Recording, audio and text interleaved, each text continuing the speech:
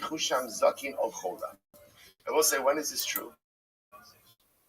When they left behind a zakin or a chola. In other words, they left behind a member of the chabura.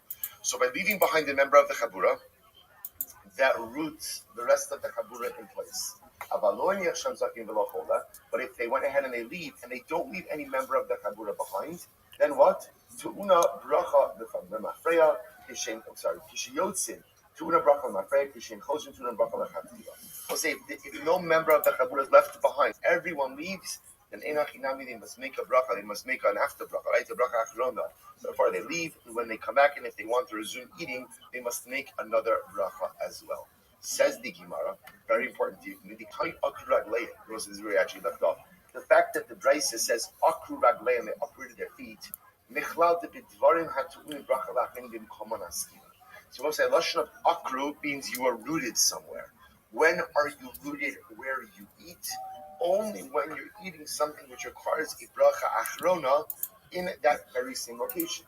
And the only reason why halacha l'maisi you would not have to repeat a bracha rishona or make a bracha achrona before you leave, the taimo the nichusham zakin achola who tichshen yotzei into a bracha mafreya kshen choshen into a bracha lachatila aval lo hi nichusham zakin achola kshen yotzei to unin bracha lemafreya kshen chosren to unin bracha lachatila. Kasha Rav Chisda. Shabbos said this entire Brisa is a kasha Rav Chisda. Because remember again, what was Rav Chisda's shita? Rav Chisda held that halacha l'maisa, the only time that shinui makom requires another bracha is for the type of food that doesn't require a bracha achrona in place. But anytime you're eating something which requires a bracha achrona in its original location of consumption, halachically, you are tethered to that original location. So that wherever you go, you don't have to recite a bracha achrona before leaving, and nor do you have to recite a new bracha rishona before continuing to eat.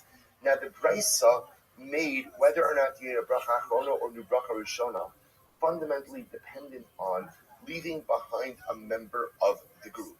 Nothing to do with the type of food you're eating or the bracha achrona dynamic. That's a kasha Rav Chisda. Amar Rav Chisda says, Amar Rav Nachman by Yitzchak. So Nachman by Yitzchak said, top of Kuf Beis, you're right. Man Tana Akiros. It was say, who is the author of this Brisa, who spoke about, again, this concept of Akiros? Right? Remember again, who is the author of this Brisa that says that whether or not you need a bracha achrona before you leave, or a new bracha rishona when you come back, is fundamentally dependent on leaving members of the group behind? That's Rabbi Yehuda, this Sanya, because Rabbi Yehuda says, or the Brisa says,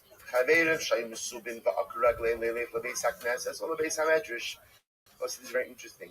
If Chaverim are sitting together and they go ahead and literally they uproot themselves. Now, both said, anytime we're talking about uprooting themselves, so the Pasha standing is there in the middle of eating. They stop eating, they uproot themselves. They go ahead and they get up to go to shul, to go to learn. Kishen Yotzin, when they leave the meal, ain't tu'unin bracha l'mafreya. They do not have to make a bracha achrona prior to leaving. We'll say obviously the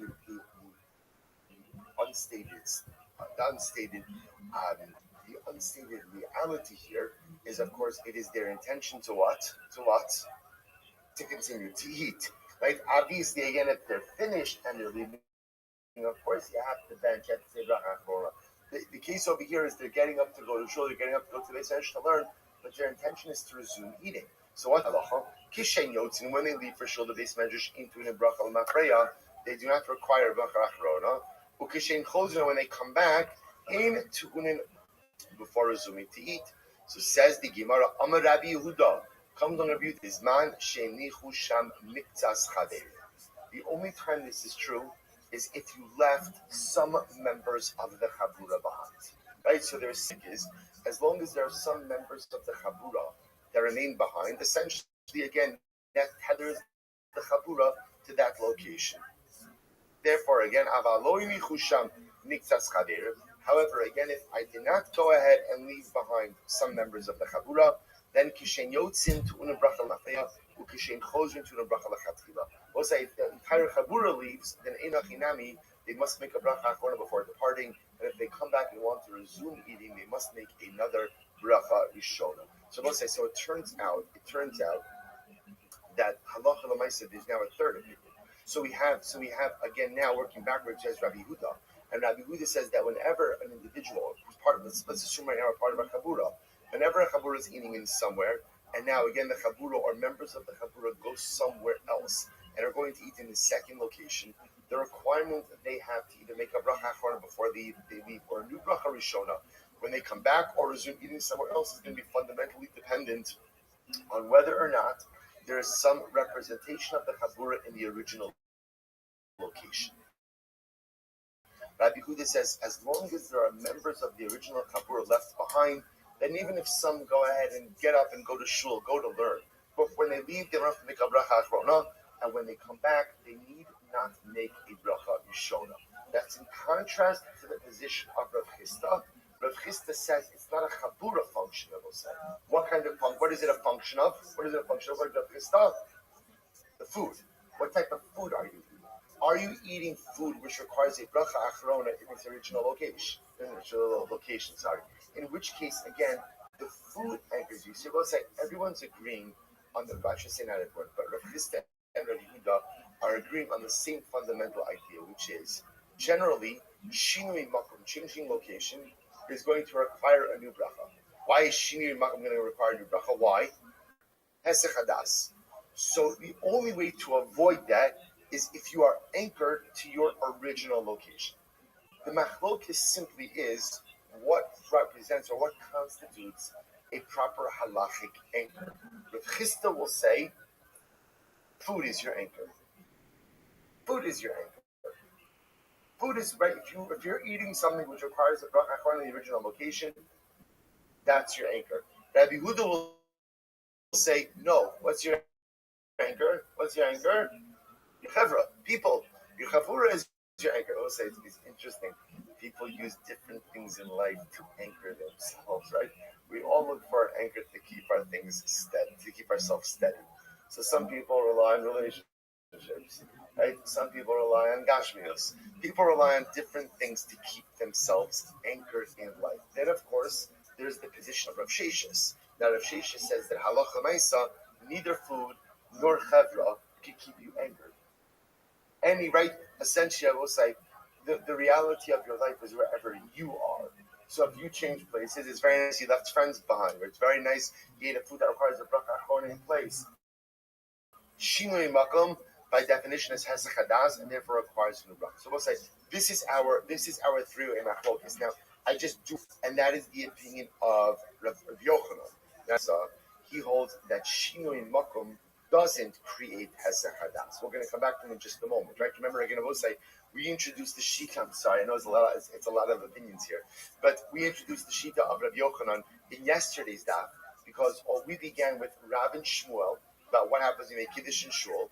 And remember again, interestingly enough, according to Rav and Shmuel, everyone was agreeing that yayin lo yatsa, that when you go home, you definitely have to make a bracha on wine because that shinui makom. Right, the machlokes was about kiddush. Rabbi Yochanan said even yayin yatsa, right? Because Rabbi Yochanan was of the opinion that halacha l'maisa shinui makom is not gorev a new bracha. So again, so just keep that in mind for just a moment. So back to the Gemara. Ella taima tibidvarim had to unibracha la'achein bin. Come on. Rather, again, the reason says the Gemara is as follows: when you're eating something, taima tibidvarim had to unibracha la'achein bin. Come on. Tichashen yotzin into unibracha la'mafreya. Kishen chozrin into unibracha la'chatchila. So we'll say, so now the Gemara says, so the reason ultimately again that shinui makom, a change of location, would not go ahead and necessitate a new bracha is because you're eating the type of food which requires a bracha achrona in its original location, which anchors you to original location. About dvarim shein tu'uni bracha la'achein b'mkoma, if you're consuming something which does not require a bracha in its original location, bracha achrona, then what?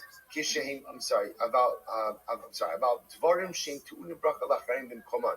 But if you're eating a food which does not require a bracha achron in its original location, afilu l'rabbanon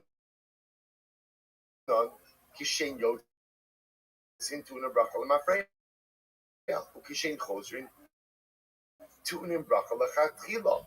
So what's here's what's interesting is throughout this entire conversation, it sounds like everyone would agree that if you're eating a food item which does not require a bracha achrona in its place, everyone will agree that halacha l'maisa shinui makom necessitates a new bracha. Because let me clarify one point. We just introduced the position of Rabbi. Original location, what do you need? Chabura.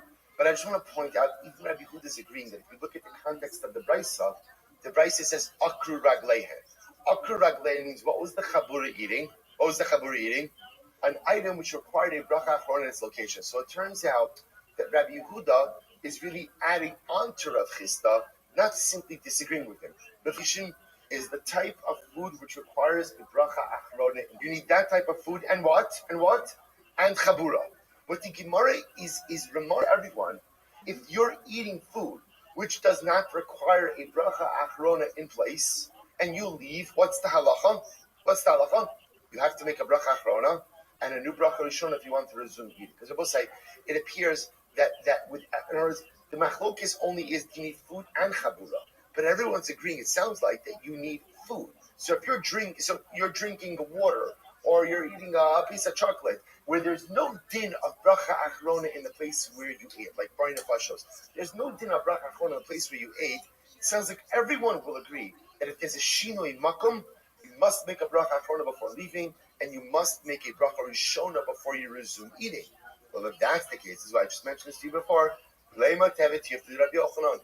Bosai, does this not refute the position of Rabbi Yochanan?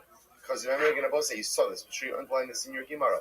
This was 3 lines up from the bottom on Kuf Aleph Amud Aleph 101a, where Rabbi Yochanan said, "Af yidei yayin nami yatsu." And remember again, the Rashbam said, at the end of the day, she'ein tzarech lachshol levarich al yayin shemuzot k'shari lo hisich daito b'yitzia. So, maybe Sagnesis, Rabbi Yochanan holds that shinoi makom does not require a new bracha, to which the Gemara says, "V'lavmi osivna chadazimna." Again, I got it. The Gemara, look at the Rashbam for just a moment. It's the last of the short lines in the Rashbam. Lema tevet yiftu Rabbi Yochanan da'amar le'el shinoi makom yitzarach levarich v'lo maflig bing dvarim hatu'unin v'dvarim shenim tu'unin. Both Rabbi Yochanan just said that Allah l'mayzeh shinoi makom does not require a new bracha. Now we'll say. Now, it happens to be, it's not a totally fair kasha on Rabbi Yochanan, because Rashbam explains this is very different, right? The case of Kiddush is very different, because I know that I'm going from shul, ultimately, again, to go ahead and come to my home to eat the Suda. But you see something amazing, that according so far to the other opinions who say that Shinei Makom does necessitate a bracha, whether it's Rav Chisda, whether it's Rav Sheshes, whether it's Rav Chisda, Rav Chisda, Rabbi Yehuda, they'll say that Shinoi Makom requires a new bracha, even if it's your das to eat somewhere else. You will say, according to this approach, the Gemara saying is as follows: if I start my Suda in location A, and I know that I'm going to location B, it's quite possible that Shinoi Makom will still necessitate, or possibly still necessitate, a new bracha. It's only according to Rabbi Yochanan. Rabbi Yochanan holds Shinoi Makom does not require a new bracha. So pretty much everything we're talking about until now is a kasha Rabbi Yochanan. To which the Gemara says, "You're right. We already raised the kasha against Rabbi Yochanan, right?" To which the Gemara says, "Neima nami mehai, neima meha nami tehevet yufta." Enochinami. This is just another refutation of Rabbi Yochanan's position. Beautiful. Amnach Rabbi Yochanan. So Rabbi Yochanan says, "No. Hu adin dafilu dvarim shein tu'un bracha lachrein b'mkoman nami." So we'll say, Rabbi Yochanan will retort, and he will say, the truth is, even by food items which do not require a bracha achrona in place, shinui makom will not require a new bracha. The hadiktani akru ragleihen, And the only reason why the Bryce we mentioned before used lashon of akru raglein, which Rabbi said we understand, uprooting their feet means what? What were they eating? Something which required a bracha achrona in place. Is in order to teach us the strength of Rabbi Yehuda's position. Come on, Taima deinichu mitzas chaverim, avalo inichu mitzas chaverim. Kishen yotzin to an bracha l'mafreya, kishen chozin to an bracha l'chatchiva. And I will say the only reason Rabbi Yochanan will say the Bryce illustrated its case with food items which require a bracha in place is to teach us the strength of Rabbi Yochanan's position. That Rabbi Yochanan Rabbi Huda. That Rabbi Huda holds that food is not enough to anchor you to your original location. You need what? According to Rabbi Huda, food and chabura. So both sides. According to Rabbi Huda, you need food and chabura to anchor you. According to Rav Chisda, all you need is food to anchor you. And according to Rabbi Yochanan, you need nothing to anchor you. And according to Rav Sheshes, nothing anchors you. Okay? The difference between those last two opinions, I will say, is that Rabbi Yochanan will hold even Shinui Makom doesn't require a new bracha. Rav Sheshes will hold every Shinui Makom requires a new bracha. Beautiful. Tanya Kava said Rav Chisda. So I will say there's a bright that supports Rav Chisda. So remember again, position of Rav Chisda was everything is dependent on the food that you're eating. If the food anchors you in your original location, i.e., it requires a bracha achrona in the place of consumption, then Shinui Makom will not trigger the need for a new bracha. Says the Gemara, Tanya Kavas der Chisda, Chaverim Shayim Mesubin, Lishtos Yayin, if Chaverim were sitting together to drink wine, Ba'akru Ragleihen B'chazru, and then they got up, left the place where they were drinking, and came back, Ein Tzrichin in Levarim. You don't have to make another bracha. So we'll say, simple price, and I will say it's clear. So all according to this, since they were drinking wine requires the ala gefen, and the ala gefen has to be in the place where you were drinking. So Allah Lamaisi, if they left and came back, they don't have to make another bracha. Beautiful. So now both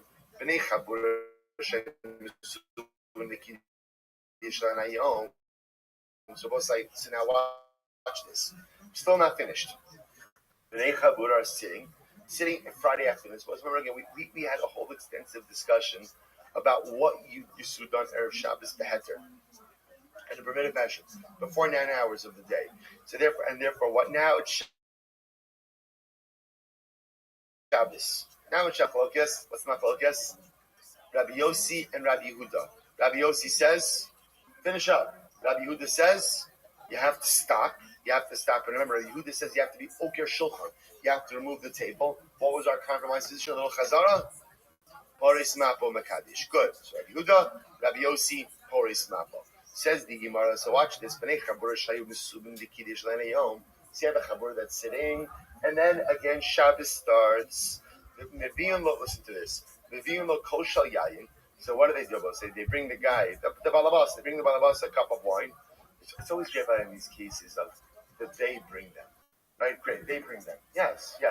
Garçon, right? Whoever it is, the day. Of course, everybody has the day who brings them, right? So the Gemara says, they go ahead and they bring him a cup of wine. But Omer Alov Kiddushas Hayom. So watch this, and he says Kiddush. V'sheni Omer V'sheni. Then they bring him a second cup of wine. Omer Alov Birkas Hamaz in the Rebbe. So what's Rabbi Yehuda holds that Allah Chalamaisa Shabbos comes. Remember, when Shabbos comes, you can't drink wine. You can't eat anything before Kiddush. That's the way it works on Shabbos. Once Shabbos starts, you can't do it. So what do you do? So we'll say, remember again, there's an unstated principle according to Rabbi Yehuda that the Gemara does not explicitly talk about, which is Akiras HaSholchan.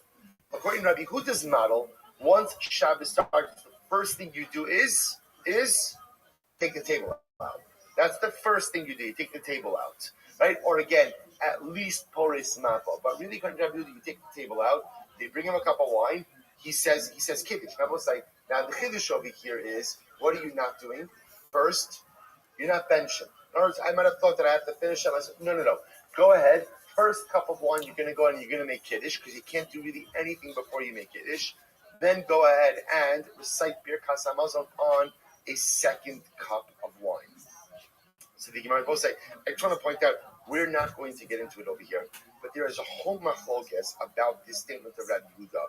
The last Rashbam over here, he says, we'll just read the first part, and he says,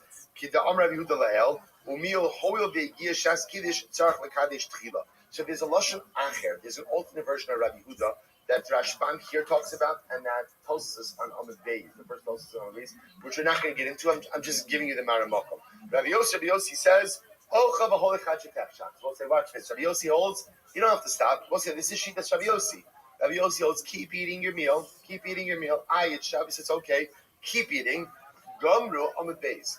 Gomru, once you finish your meal, Kos Rishon Mevarech Ala Berkas Hamazon. So according to Rabbi Yossi, I will say what you do is, when you finish eating, they're going to bring you a cup of wine. Over that first cup of wine, you're going to go ahead and make. You're going to bench, right? And then on your second cup of wine, you're going to go ahead and make kiddush. Good. So both say. So really fascinating machlokas. My student goes into Shabbos. Shabbos starts according to Rabbi Yehuda. Got to make kiddush. Here's Hashulchan. First step, make kiddush, and then go ahead and recite your kasamot. And I will say, now the kasha, so it sounds like according to Rabbi Yehuda is, you're going to bench right after you make kiddush. You're going to bench after you make kiddush. And then what are you going to do? The kashas, what are you going to do? You'll probably wash again.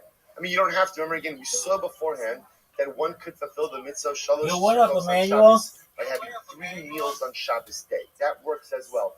But just want to point out, Emmanuel, can you hear me? In a pure model, you would stop the meal when Shabbos starts, remove the table, recite Kiddush cup 1, recite Birkas Hamazon cup 2, and then wash again for Su'udas Shabbos. That's the process.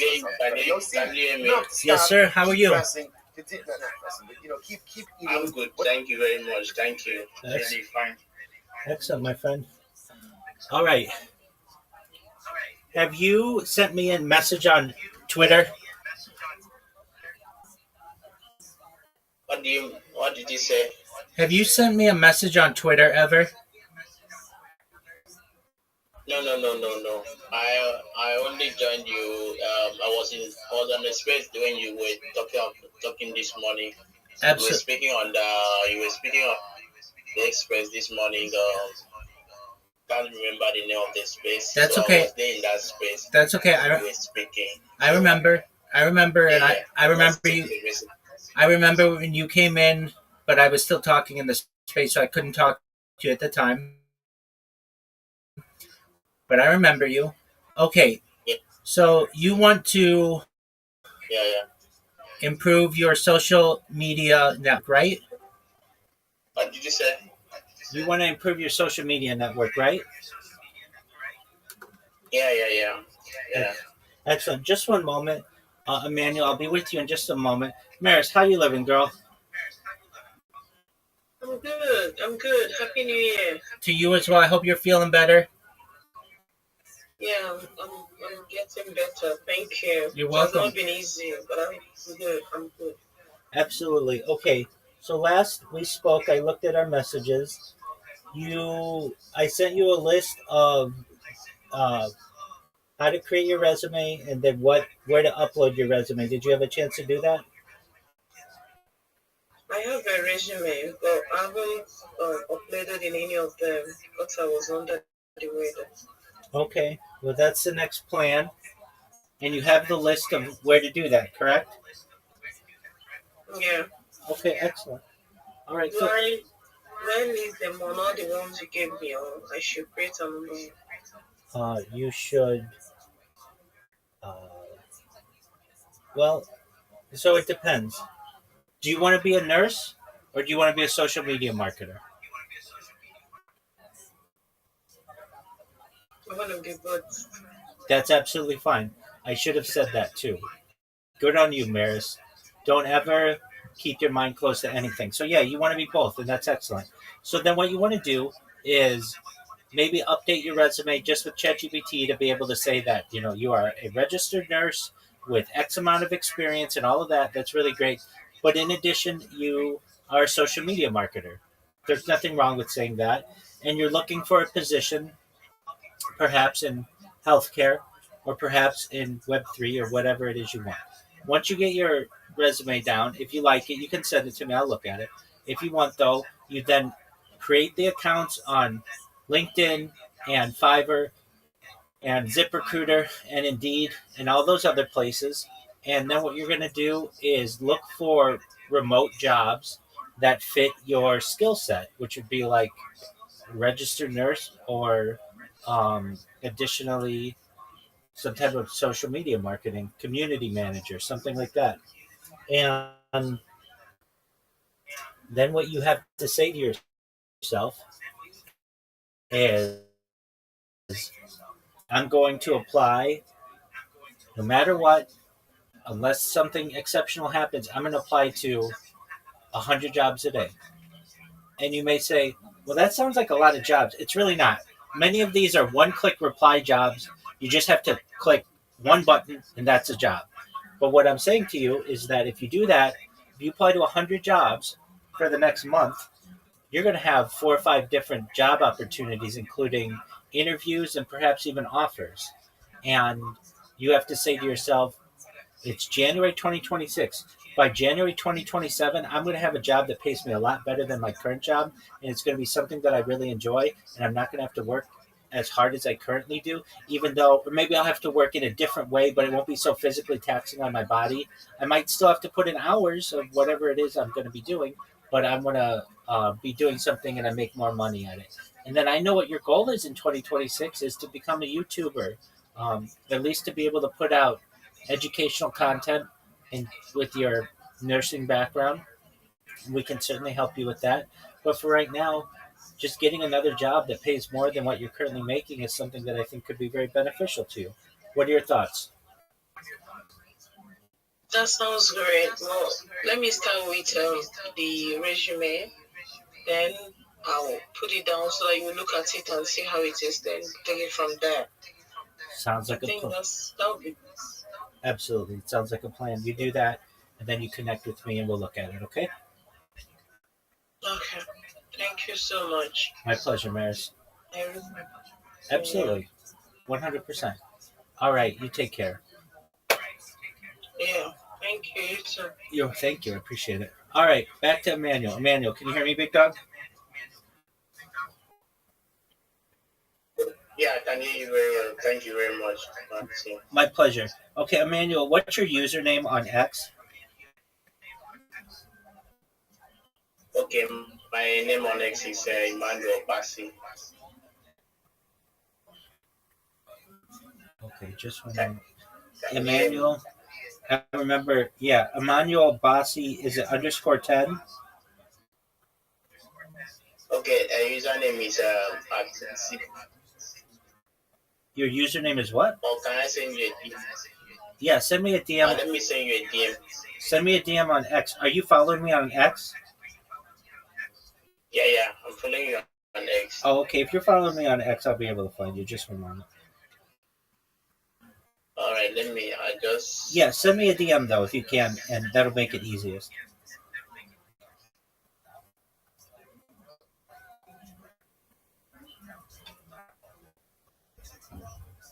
Oh, I just did that. Check your DM. Yes, I sir. just sent you a DM now. 100%. I see it. I received it. And what I'm sending you is essentially what I have said to Maris, who's also in this call, and about 50 other people, more than 50 other people. It's how you're going to improve your social media reach and how to get a job and whatever it is you want. So just one moment, and I'm going to send this message to you. What I want you to do is I want you to read it, and I want you to read the messages that I'm sending you twice. You should read them one time to just kind of get an understanding of what I'm saying, and then read it a second time for the details. And I'll be here, and when you're done, what I want you to do is tell me that you're done, and then we'll review it. But just one moment.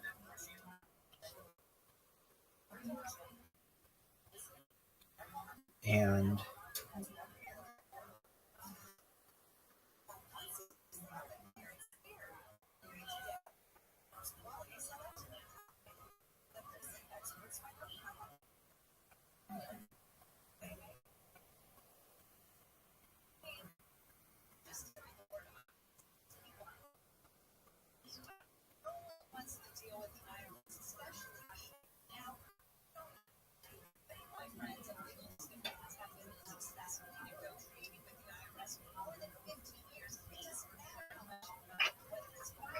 Okay, Emmanuel, what I want you to do Yeah. is go to your messages on X, and I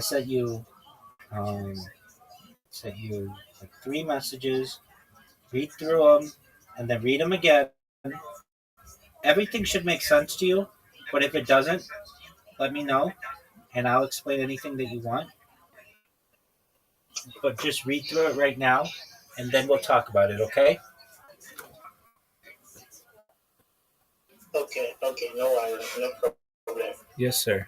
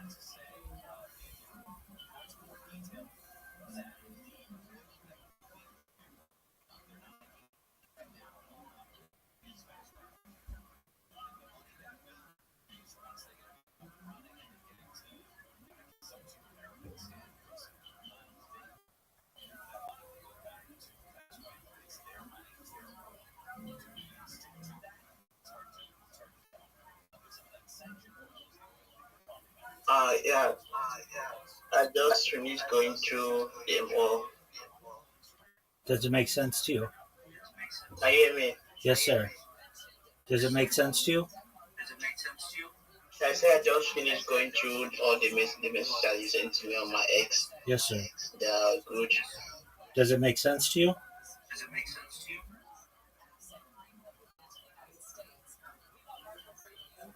Emmanuel, does it make sense to you?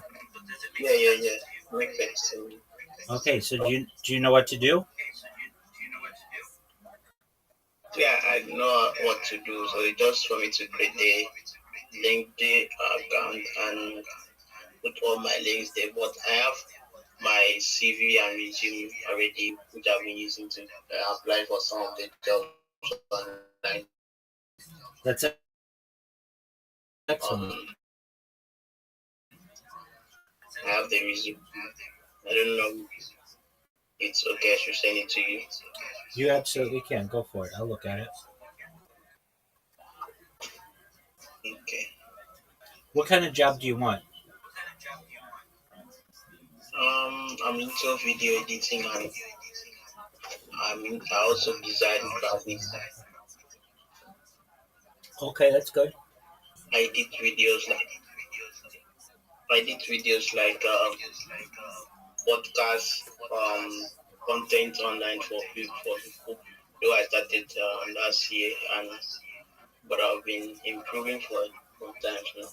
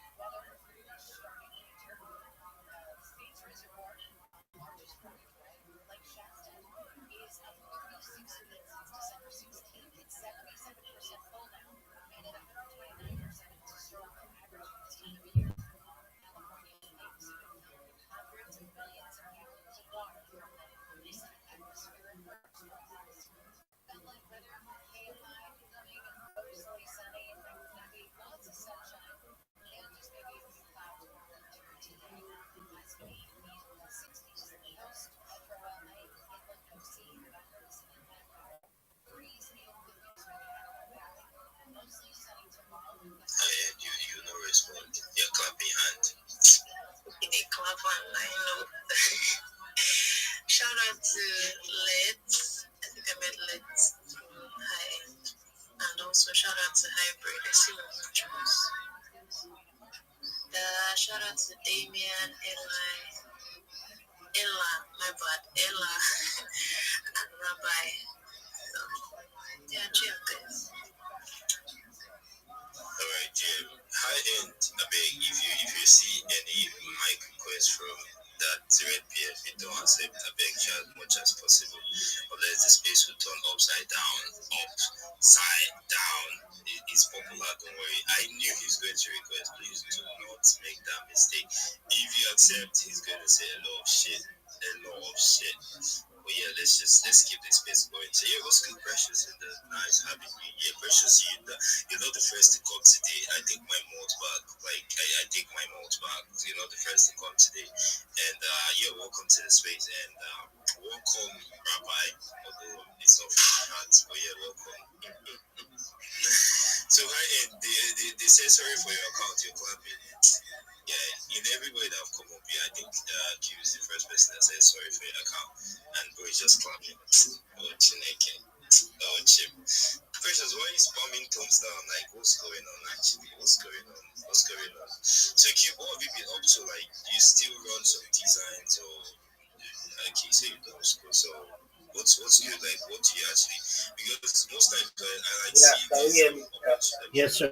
Go ahead. you guys are very expensive. I say come on, work as design. I think I've sent the CV to your DM, Excellent. 1X. You can help me check. I'll look at it right now. Alright, thank you. You're welcome, my friend.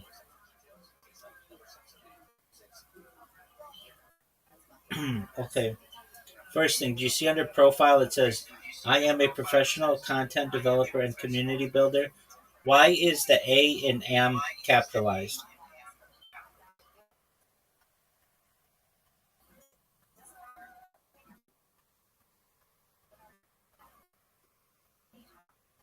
Did you hear me? Yeah, I can hear you. Okay, so why did you capitalize the A and am in I am a professional content developer and community builder? Oh, I guess that was a mistake. I didn't go through and check that. Okay. I didn't have to go through. Next question. Next question. In Abuja, comma Nigeria, why isn't there a capital N in Nigeria, and why is there a period after Nigeria? Okay, I will need to correct that too. Okay. You can write in Chinese. I know I can only translate, but yeah, I can translate it because of this. There was kind of when I was in higher school. Let me say my secondary school, which is high school. Yeah, we had some of the few teachers that were teaching us this some of these Certainly. languages, Certainly. foreign languages. So here's what I want you to do. Yeah. Take your resume, upload it into ChatGPT, and ask ChatGPT to enhance it. Okay. Okay. And then when you're done, send me another version of it, and it will also fix any kind of errors that you have in it. Okay. Real quick, please, why you decide to send it to ChatGPT to do what? Sorry. Just Didn't get that right. upload it to ChatGPT and ask ChatGPT to enhance it and correct any errors. Okay. All right, I will do that real quick. No. Okay. We need leadership. You need design. Hey, I want to talk about that design to really talk here. Most of these designers they don't get job. They just do guy, they're another happy. Imagine one guy enter my DM, I do my own text me say make say you want design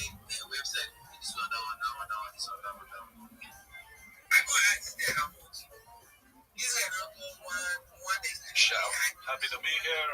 Me and Hassan look like we're planning the next 9/11. This does look like the press conference for that. Let's get into funding. We almost nailed it all. They shot down United 93, took a loss there. We have to plow forward onto the next one. 9/11 press conference. You guys know how the show works. You both know it very, very well. Hassan with one of the best jokes of 2025. Famous Indian woman's vagina joke. He says, do you want to see what an Indian woman's vagina looks like? And then he goes like that. You guys get it? It's a little slow audience here. It's a hairy vagina, everybody. This crowd, I don't know about this crowd. Might be some locals trying to fucking get that looks like fucking Gucci, just fucking hoodies.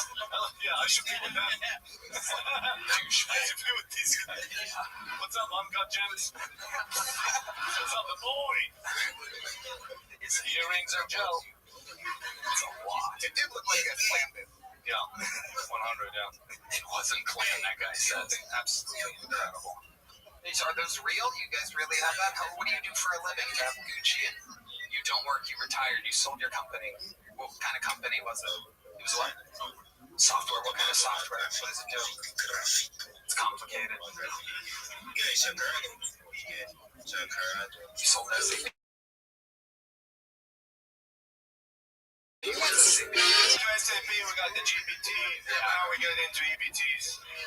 It's a TLA. Yeah. Keep throwing more letters at it. Yeah. Throw it in. You're coming across as a real FHE. You should be able to explain what the company was that you sold us.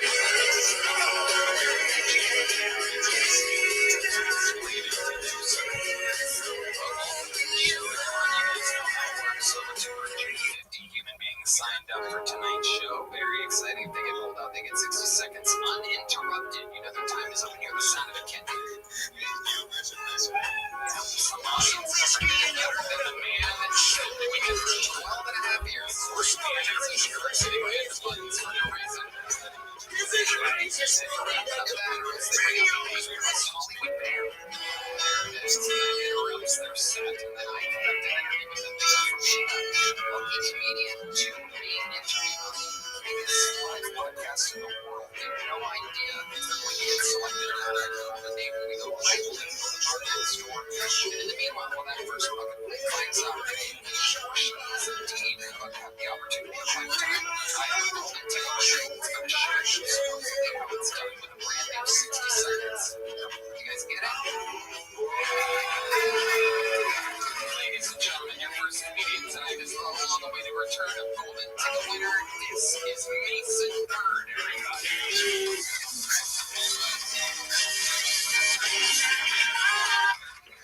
I was walking late at night. I saw these two women walking down the street. One of them looked at me and said, oh my God. So, the other lady looked at her and said, it's not like living matches anyways. I turned around. This was when I couldn't answer. She was so fucking mad. Uphill. I'll find a translator. Don't ask why. Because she has shoes that say so. She can't translate. I was like, I can translate these things. I've never been to England. Only in a time beach. Find me on my knees,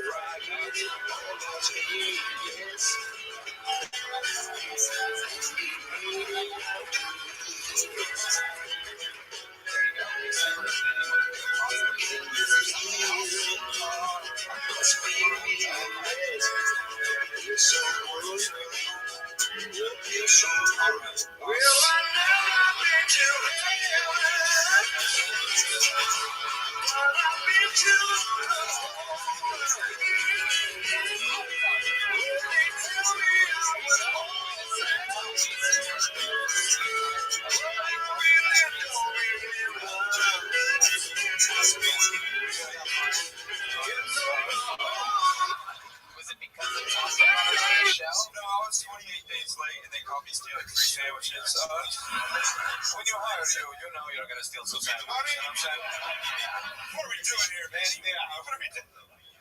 You were 28 days late. In a row, yeah. Oh, God. In a row. I was like 3 minutes late every day because I hated my boss. So that's what it takes to get fired from Jersey Mike. Yeah, it's also a pretty bad job.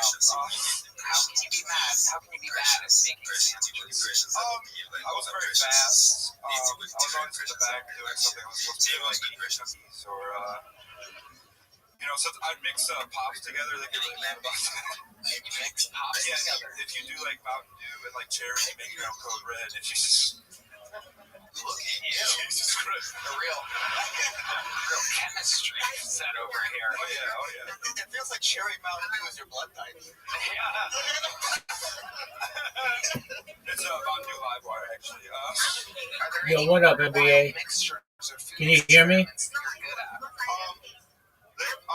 Food mixtures? Yeah, I love just Oh yeah, you got a request. chop at the house. So I'm like, let's make Absolutely. Come on tacos up. with potatoes and apples and doing it. It's just like I'm hungry. I have no food. I've been doing this new thing to try to lose weight. Right. If you eat What up, a NBA? cheese, and then like the actual bread, it feels like eating two Request. slices instead of one. Best thing I've ever.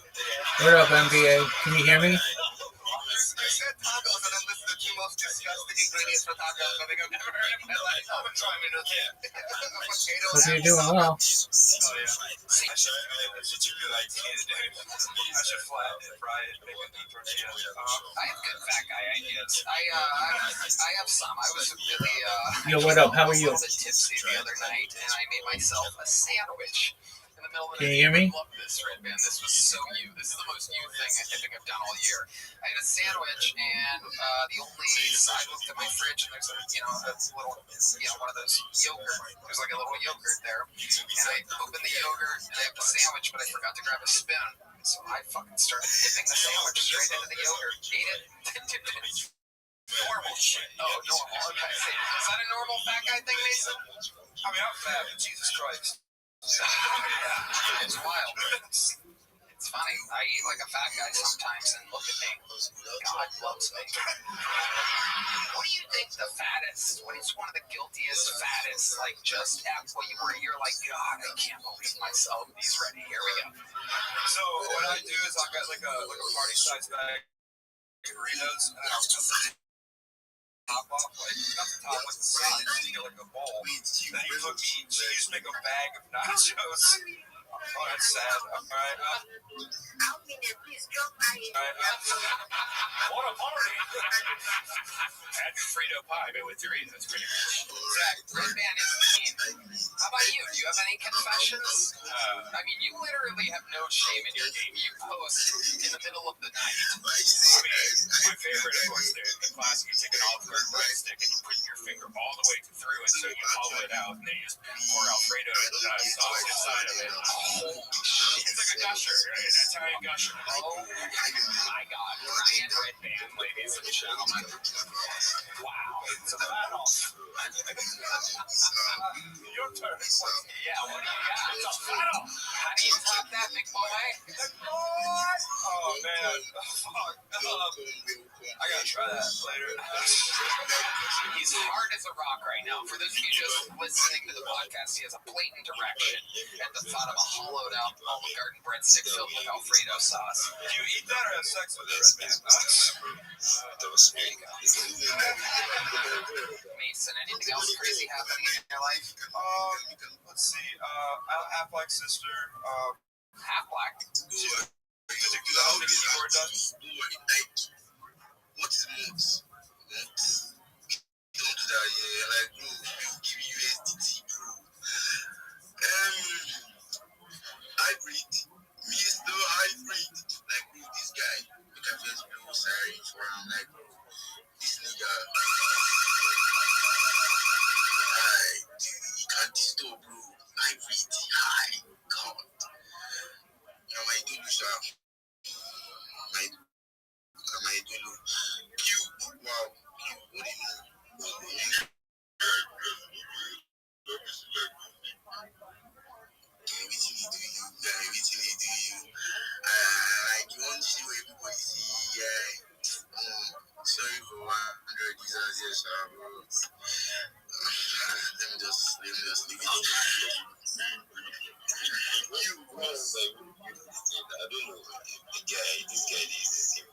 first place, guy.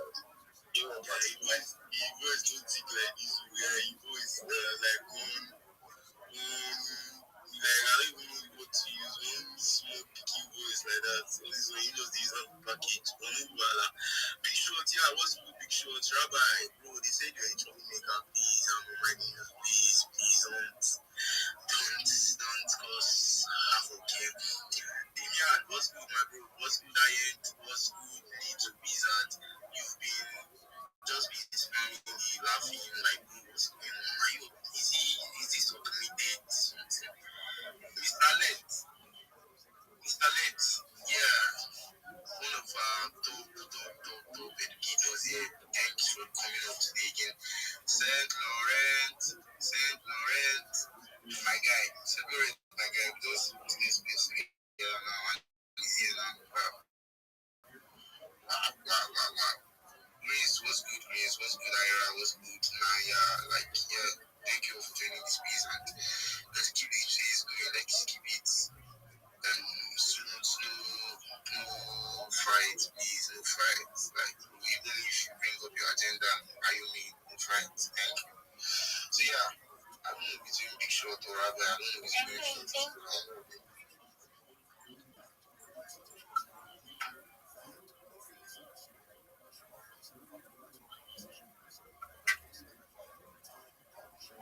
Yo, what's happening? Why is everybody quiet? Like, what's going on actually? Big Chief, what did you call him to? Did you call him to Big Show? Oh, he wrote shit. Bro, actually wrong in the middle of flight, bro. Down. So yeah, let's have other persons, right? We have Little Wizard up in the space, and you guys can check the comment section, and you know who's behind the PFP. And if you want to fall in love free of charge, male or female, whatever this may be, you can actually do that. It's free in the space, right? And I don't know, but yeah, it's normal, so it's normal. I mean, it's normal. So yeah, what's good this way? So what's good, bro? Yo, different bro. How are you doing? Man, I'm come for you. I give you to shoot myself, and is that hybrid guy? Hybrid, you also problem. Hybrid. So you hybrid, bro. Yo, what up, big dog? I see the location of this. You don't follow me, bro. How you living, big man? They track you as I do this. We have also catch you. I hope you're doing well. We don't even serve if I play PA for you, I guess. So you don't serve. As I enter your page, I do just this.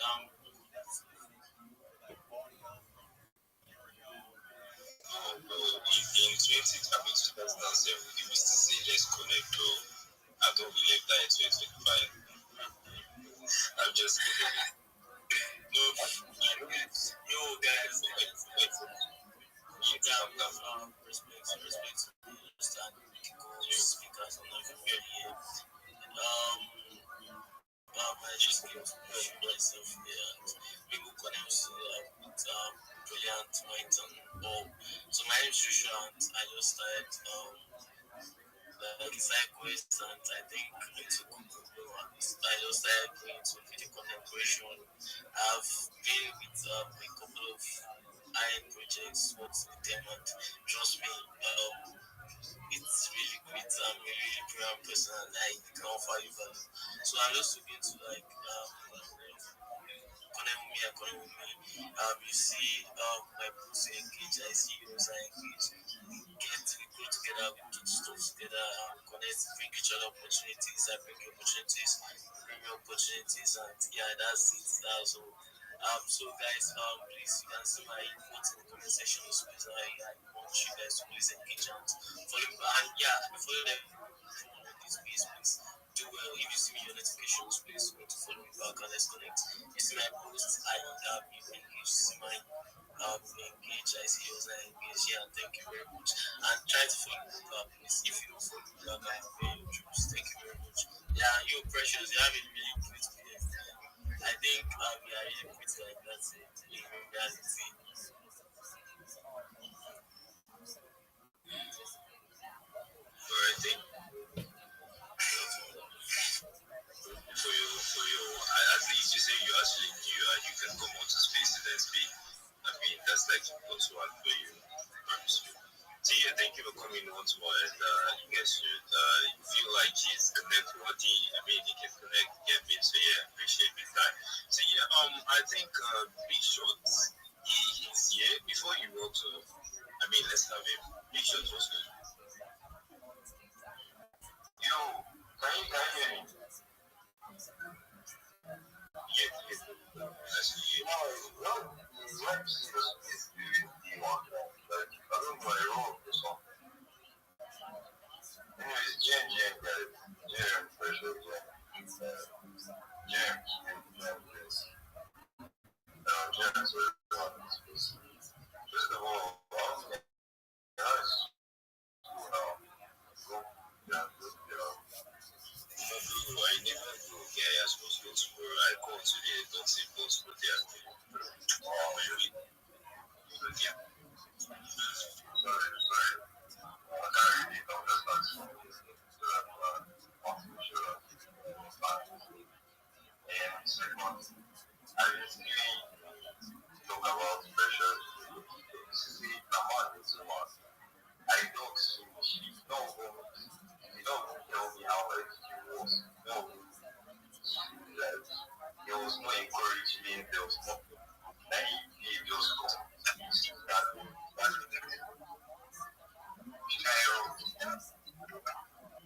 I'm still coming for out. You know the funniest part is that never again in my videos. Like I was out one time, I was like, why do you look at my person? Because I'm still trying to like figure out what I'm saying, so I don't want it. I'm doing it.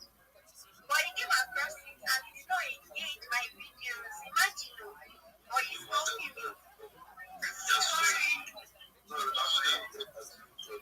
Please, if I see my person also on the TikTok, I go and check your comments. Now you know check your comments. Both you both start Jesse and you. You go enter Instagram, you create every content. I don't enter Instagram now, bro. I don't talk about Instagram, I talk about Twitter for me, like I'm talking about actually it's very hard for me to come across your content. Check now. Yeah. The only time you put a video is that only video, and then the other time is a picture of your workspace. I don't think you like dog sticking. Yeah, just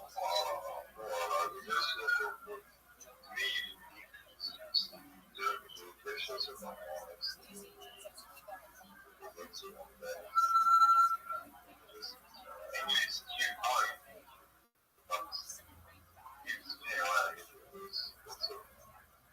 somebody talking about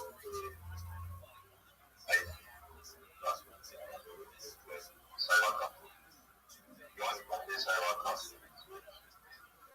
There's difference.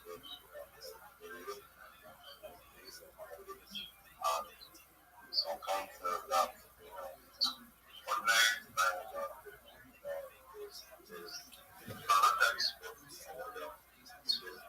Welcome. I think the whole process anyway, I see why did you doubt me that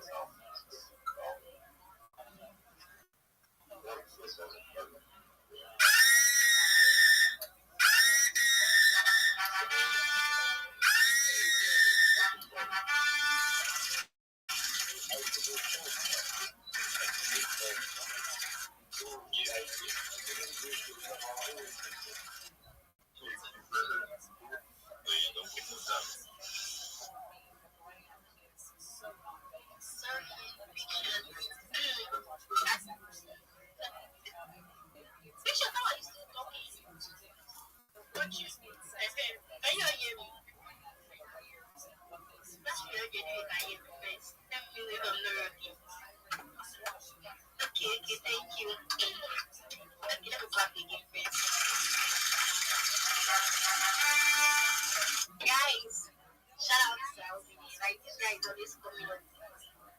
Agendas. And when I say agendas, I mean lovely ones. Like it's always busting my head with these nice agendas. Feel back for you.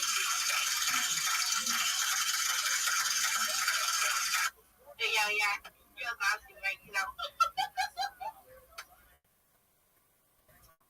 I was thinking you wanted to say something about like relating to when it has been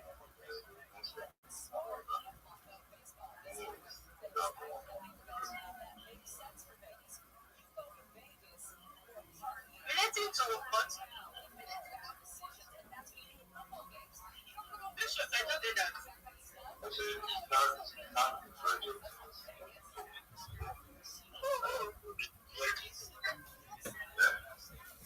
I said you have to. Why that this It's not just much chill and chill now. Like hearing the project, so it's not stress. let me actually take over, right? So yeah, picture. So Luminous AI is actually like a mental health AI agent, that helps you like go through your emotional stress, mental stress, sleep, even when you have like redundant sleep, you understand? All of it has to sleep today, sleep tomorrow. You understand? So it's like checks up on you. It has like it's just more like self confidence. There are affirmations there.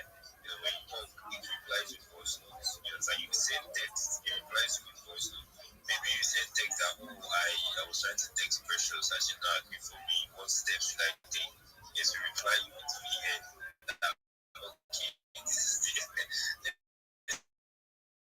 adequate steps take. Do you understand? So it's more like it is related to the space more till before then I change the topic. So let's go into the topic. Love is not the real keeper. I love you too. It's not what keeps the relationship. Argue. Who's going to argue against it? Who's going to argue for it? So let's have make sure you're done. Give it a look. Just give it a look like you're done. No, I'm not done.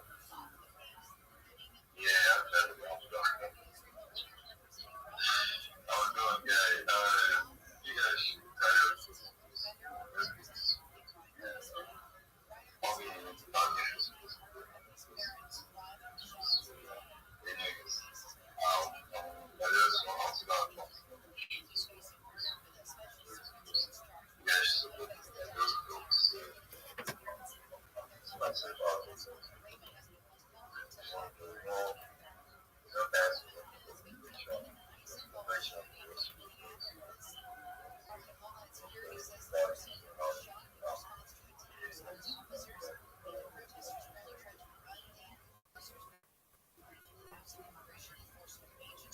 Alright, thank you so much, Big Show, for showing up and appreciate for stepping in to show for me, right?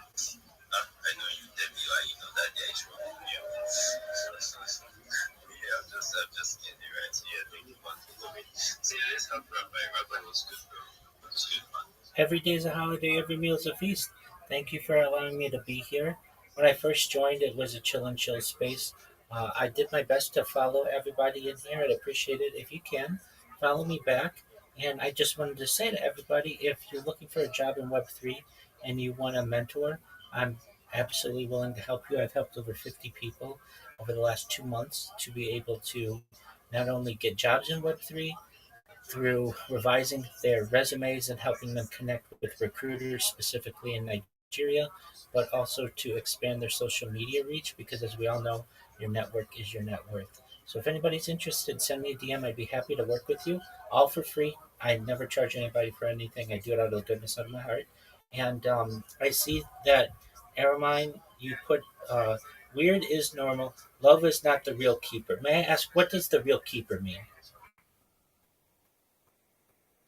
I feel like mutual respect is actually the real keeper. You get me? You and your partner, you have mutual respect for each other.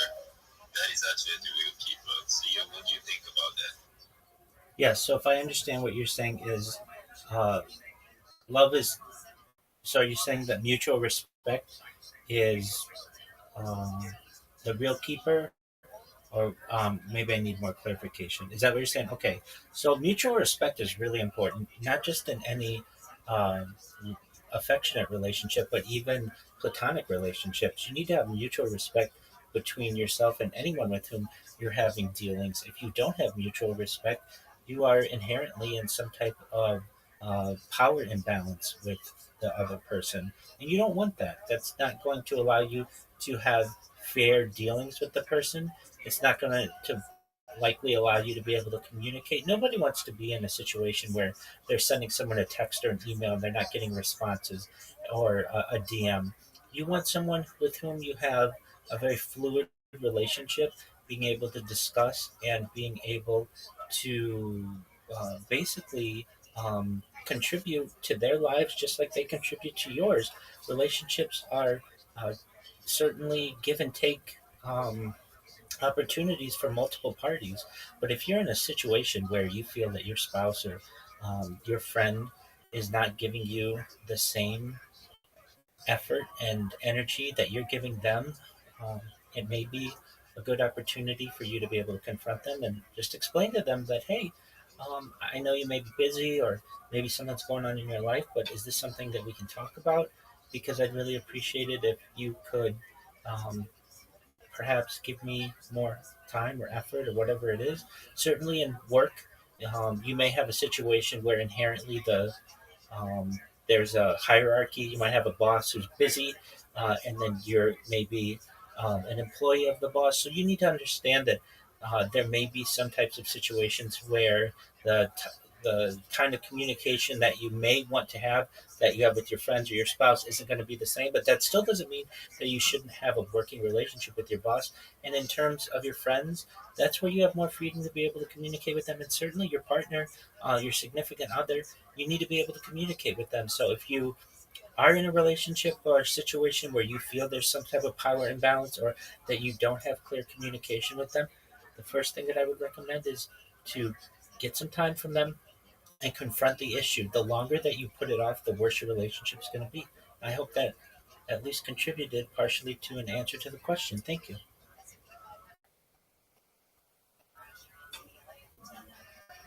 All right, thank you so much, Rabbi. And I'm actually, okay, let me say I'm surprised, but I don't know, but I feel like I'm mistaking you for someone else, but it's okay, man. Every single thing you said is actually on point, right? It's actually on point, trust me. And it feels like you like this relationship specialist, like you have no experiences and you just want to share it. But yeah, that's okay. That's all right, bro. Thank you so much for contributing, right? So yeah, let's have high end. High end was good, bro. Yo, sorry, guy. I'm trying to like talk to some contact like that. Yeah, I'm just good. I don't know when we entered the last session. I'm not dating, obviously. So that right for a while now. Yeah, I feel like we try to solve the law of order communicate.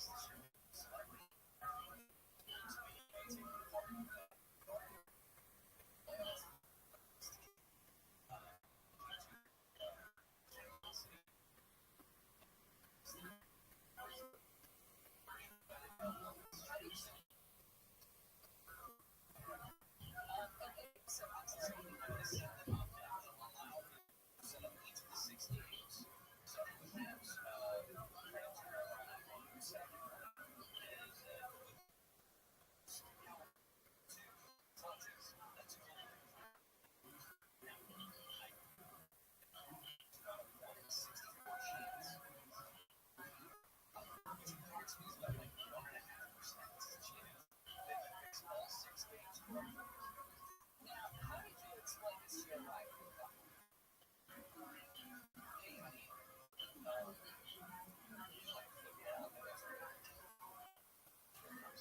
So she's totally different.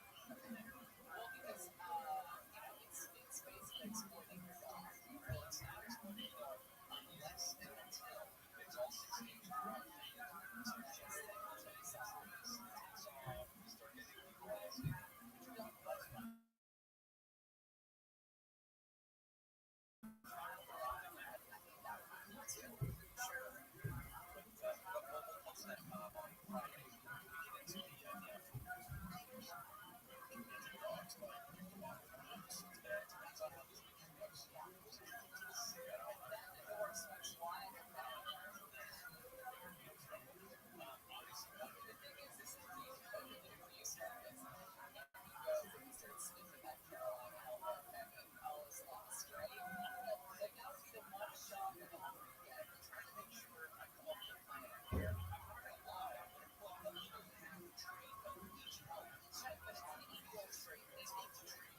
So it's not, and I'm thinking, should I mix up, usually I put the visiting team on the left side and the home team on the right side. Should I switch those two just in case, shows one preference to the right side, maybe it's right off. But what about toys? Does he have does he have a certain toy that he is drawn to? It's a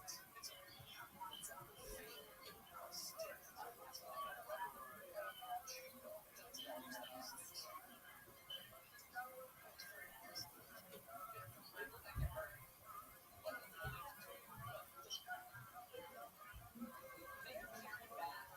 Is talking about human rebuilding after the Palisades fire. And she's talking about people who brought their victims. It's a shelving, isn't it? Don't look here, look over here. Don't look at me for what I did wrong that you looked at for a year. Don't look at me bad for over here. She should have been next to me on that flight. I was next to her. I was nothing but gracious. And she brought everything from unworship. Everybody remembers that she was out of the country in Africa when the fire erupted. We talked about it that day. We talked about it in the days that followed. How did everyone spend so much time talking about the incredibly unusually dangerous conditions that we had seen a couple of times previous, but earlier, just before that, we had seen a couple of very dangerous warnings from the National Weather Service. Well, I never been to Spain. How to use it, never gonna lose it. I can't refuse it. Well, I never been to England. Well, I get it all Las Vegas. Only made it out to Eagles. Can you feel it? Must be real. You're so good. You're so good. Well, I've never been to heaven, but I've been to Oklahoma.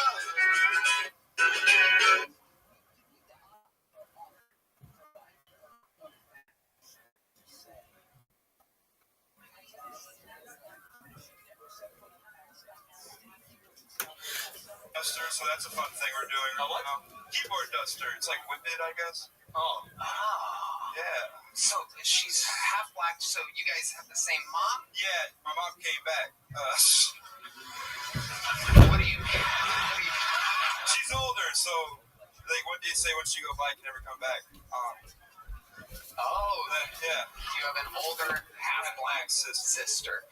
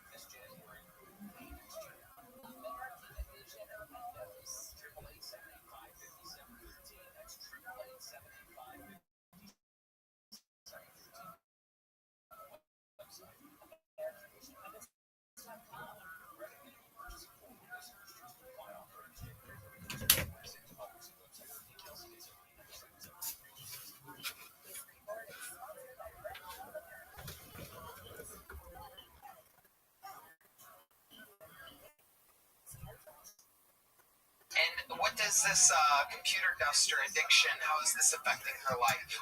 When you finish your meal, first cup of wine recite your Amazon. Afterwards, go ahead and recite. Afterwards, go ahead and recite Kiddush. Good. So listen to this. Listen to this. Amai. So the Gemara says, why do you need 2 cups of wine? What? Listen to this. V'nemnehu v'tarvadi achad v'kasa. So first of all, take a look. Before we get to this, take a look at take a look at Rashbam. So why don't you recite both things on 1 cup of wine? So look at the Rashbam. Kiddush Hayom u'Berkas Hamazon. Rabbi Yossi Kapar, Sil Rabbi Yehuda, Kevan Mafsikin, B'tzarach Akira Shulchan, Tzarech Shnei Kosos. So we'll say, the Rashbam really says this passage really on Rabbi Yossi. According to Rabbi Yossi, why don't you just go and anything else for Mason, guys? Birkas Hamazon and Kiddush on one cup of wine. So we'll say, in Rabbi Yehuda's case, it's a little bit more complicated. Why? Because halacha might you have an akiras hashulchan. There's like a real rupture that's there that ultimately divides between Kiddush and Birkas Hamazon. We'll see that a little bit here in just a bit. But in terms of Yossi, remember again, what are you doing? You're finishing up your meal, and then at the end of your meal, you're going to bench and then make Kiddush.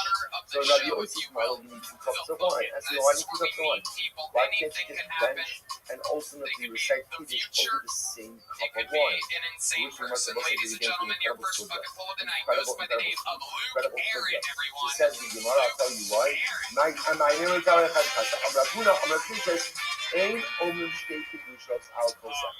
Because the both said we don't recite, literally translated 2 kiddushos. We'll see exactly what that means. But we don't make 2 kiddushos on 1 cup. My kaima, on Rav Nachman bar Yitzchak, Yeshi shein osin mitzvos, chavilos. Because the both said we do not perform mitzvos in bundles. We don't bundle mitzvos. Now look at Rashbam for just a moment, the first wide line. Why don't we do mitzvos, chavilos bundles? The next say Allah Kimasi. Because the Lord says this has the appearance ultimately of a burden. When you bundle mitzvahs together, it looks like ultimately again it's a burden to you. Therefore, you're trying to discharge multiple obligations simultaneously. So to recite Birkas Hamazon and Kiddush on 1 cup, it's chavilos. Looks like you're just trying to get everything done, and we don't do that. So listen, just a word about this. I'm just looking for so this is actually very interesting because I want to say where does this concept of in osmisos chavilos. It sounds very beautiful. And certainly makes sense from like a hashkafic perspective. That a person should perform mitzvahs in a way which shows that you love the mitzvahs. And when you bundle things together, it's like you're just trying to discharge obligations. So there's a whole discussion. This concept appears 3 times throughout Shas. Interestingly enough, in very different types of context. So, for example, the Gemara Masechah Sota brings down that if you have 2 women who are sotos, right, 2 women who are suspected of adultery, we don't go ahead and give them the drink at the same time. Or you're not mitaher 2 mitzoraim at the same time. Or if you have 2 avodim who want to stay with their master, and therefore need to have their ears pierced, we don't pierce them at the same time. So there are many halachas. Now, interestingly enough, the concept of in osin mitzvos. So it's Chazal telling us that in the performance of mitzvos, a person has to go ahead and conduct themselves. The way I do a mitzvah has to behaviorally appear as if it's not a burden. And what's very interesting about this is as follows. This goes back to a general concept of the Ahavtas Hashem Elokecha. So remember again, what does Rashi HaKadosh say in the Ahavtas Hashem Elokecha? To love Hashem your God. So remember, all the Mefarshim are bothered by this mitzvah. Why are they bothered by it? Because remember, you can legislate a lot of things, but the one thing you can't legislate is emotion. You can't tell people how to feel. You can tell people what to do, but you can't tell people how to feel. So Rashi HaKadosh says something amazing. So Rashi says, Aseh Devarav Me'ahav. When you serve Hashem, make it look like you love Him. Make it look like you love Him, which is also incredibly profound. What Rashi's saying is you may not love Him, and you may not love the mitzvahs, and you may not love all the things that you have to do, but when you do it, it should look like you love it. It should look like you love it. And I will say, what's the yesod? So how you feel is informed by how you act. If you act with positivity, if you act with love, then ultimately, again, the feeling of love will come. That's the way it works. We often think the feeling informs the actions. It's not true. People wait for feelings the whole lifetime. It's the actions which shape the feelings. Chavilos is the same idea. When I perform a mitzvah, when I perform a mitzvah, if somebody sees me performing a mitzvah, my goal is that it should look like I love what I'm doing. Maybe I do, maybe I don't. Maybe I feel like it, maybe I don't feel like it. But at least behaviorally, the way I act should exude a love for Torah and for mitzvahs. If you start bundling things together, it has the appearance that this is something which is, it's a load on you. And so you're just trying to go ahead and take care of as much stuff as you can, as quickly and as expeditiously as possible. Therefore, Inos Mitzos, I think Inos Mitzos Chavilos is a derivative. If you want to know where it comes from, I think it comes from this din of the Ahavtas Hashem Elokecha. It comes from Aseh Devarav Me'av. It's one of these appendage concepts of Rashi's interpretation of this mitzvah. Well, so I'll just share with you something amazing. If you take, let's go through the Gemara first. Below, is that true? Is that true that we don't do mitzvahs in bundles? We learned, Hanichnas lebeisa b'matzei Shabbos. If someone comes into their house on Matzei Shabbos, you come home after Shabbos. So we have to make Havdalah. Mevarich ala yayin v'ala mar v'ala v'samim v'achar kach omer Havdalah ala kos. What do you have as part of Havdalah? You make a brei pri hagafen, you make a brei mereh eish, borei minei b'samim, and then you make the bracha of Havdalah, which is the bracha of Hamavdil. What happens? Vin ein lo ela kos echad. We'll say, what happens if again I only have 1 cup of wine? So now the situation over here is I ate shalosh shudis. I didn't yet bench. So I need a cup of wine for 2 things. I need a cup of wine for birkas hamazon, for benching, and I also need a cup of wine for Havdalah. But I only have 1 cup of wine. So what's the halacha? It says the Gemara in Ein lo ela kos echad manicho la'achar hamazon or mishalshalan kulan la'acharav. So the Gemara says no problem. What do? Just recite benching on the cup, and then immediately after benching, recite Havdalah on the kos as well. What? You just told me what? What did we just say? What did we just say?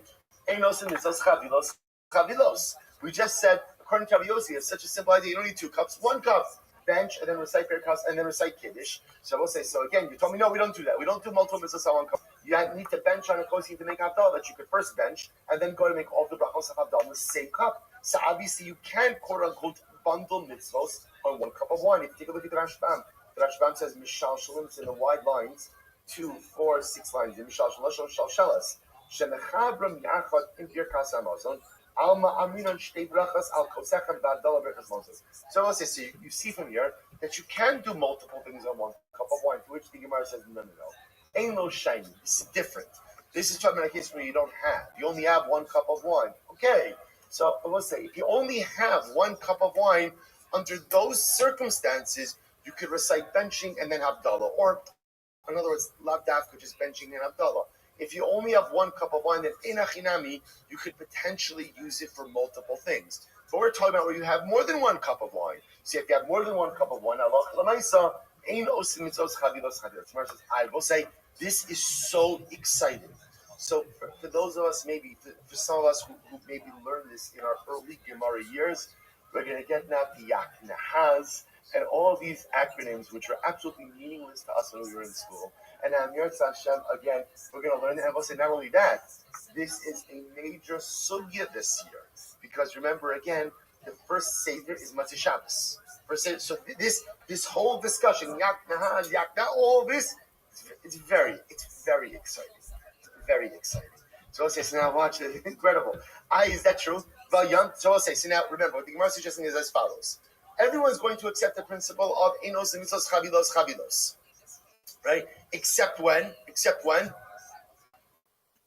When you don't have, right? So in other words, if you don't, I will say now, remember, I want to point out, you can accept Mitzos Chavilos even when you don't have, right? Right? Remember again, it's very simple. Then I would say, don't bench with the kos, right? Or don't make Havdalah kos. In other words, there's another option. So yet what the Gemara is saying is, in general, we don't do Mitzos Chavilos.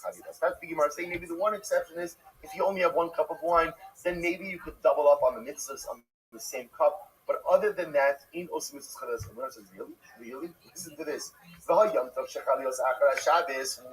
halakha l'maisa for us. But what about when Yom Tov falls out right after Shabbos? That will say now, from halachically, this is fascinating because remember again, what do you have happening at the same time? The Islay, va'amarav yaknaha. So the Gemara says. So now remember, what happens when Yom Tov falls out on Matzei Shabbos? I will say, remember again, Rav says you have yakna. What's yakna? Yayin, Kiddush, Ner, Havdalah. Now, I will say, leaving aside, remember, the only 2 things we care about in this equation are Kiddush and Havdalah. Right? what's unique about when Yom Tov falls out on Motzei Shabbos is you have Kiddush and Havdalah on the same coast.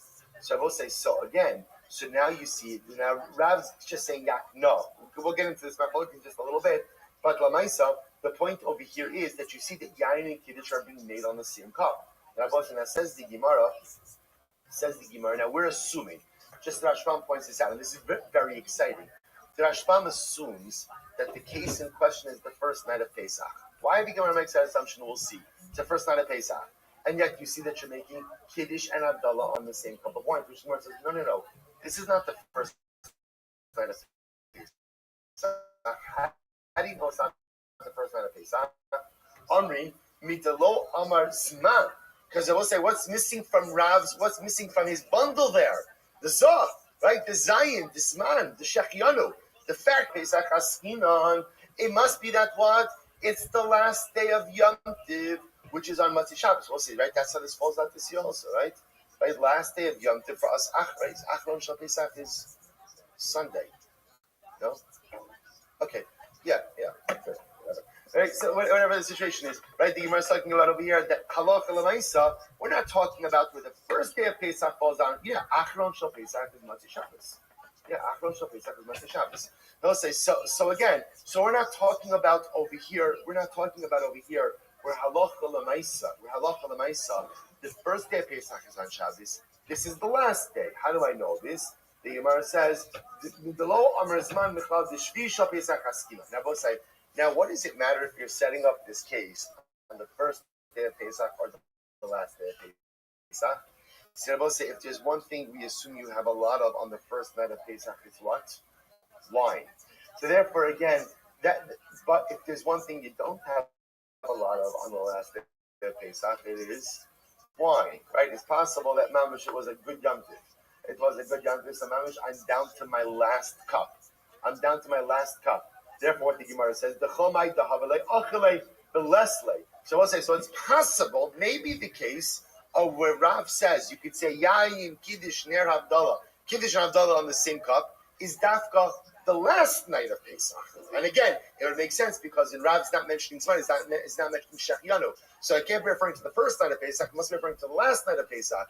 Maybe it's only the last night of Pesach, where maybe you've exhausted your wine supply.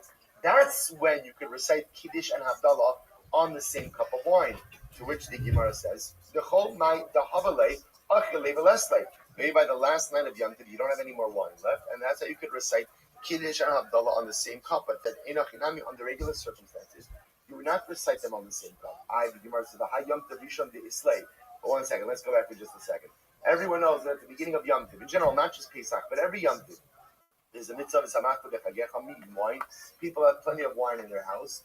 Now, the truth is, the reason why this conversation is especially true by Pesach is also getting back to the first Mishnah Pesachim. Remember again, who has wine in their house on the beginning of Pesach? Everyone. Even who? Afilu ani, right? Afilu ani lo yifkusu lo me arbakosos. Rabbi say we know for sure that come the beginning of Pesach, everyone has wine. So watch this. Vayom tov rishon de islay va'amar Abaye yakzino v'rava amar yaknahas. Very, very exciting. We will see this in greater depth. This is a whole focus as to the order of brachas when it comes to the first night of Yom Tov, first night of Pesach that falls on Motzei Shabbos. Rabbi say, but leaving aside the order of the brachas, what does everybody agree with? Everybody agrees that what are you doing on the same cup? Kiddush and Havdalah. So you see that we see osim mitzvos chavilos. We're bundling Kiddush and Havdalah on the same cup. Don't tell me you don't have wine, because you do have wine. This is the case at the beginning of Pesach. Everybody's wine. There's enough wine. If you wanted to do Kiddush and Havdalah on 2 cups, there's enough time to do Kiddush. There's enough wine to do Kiddush and Havdalah. So what's the pshat?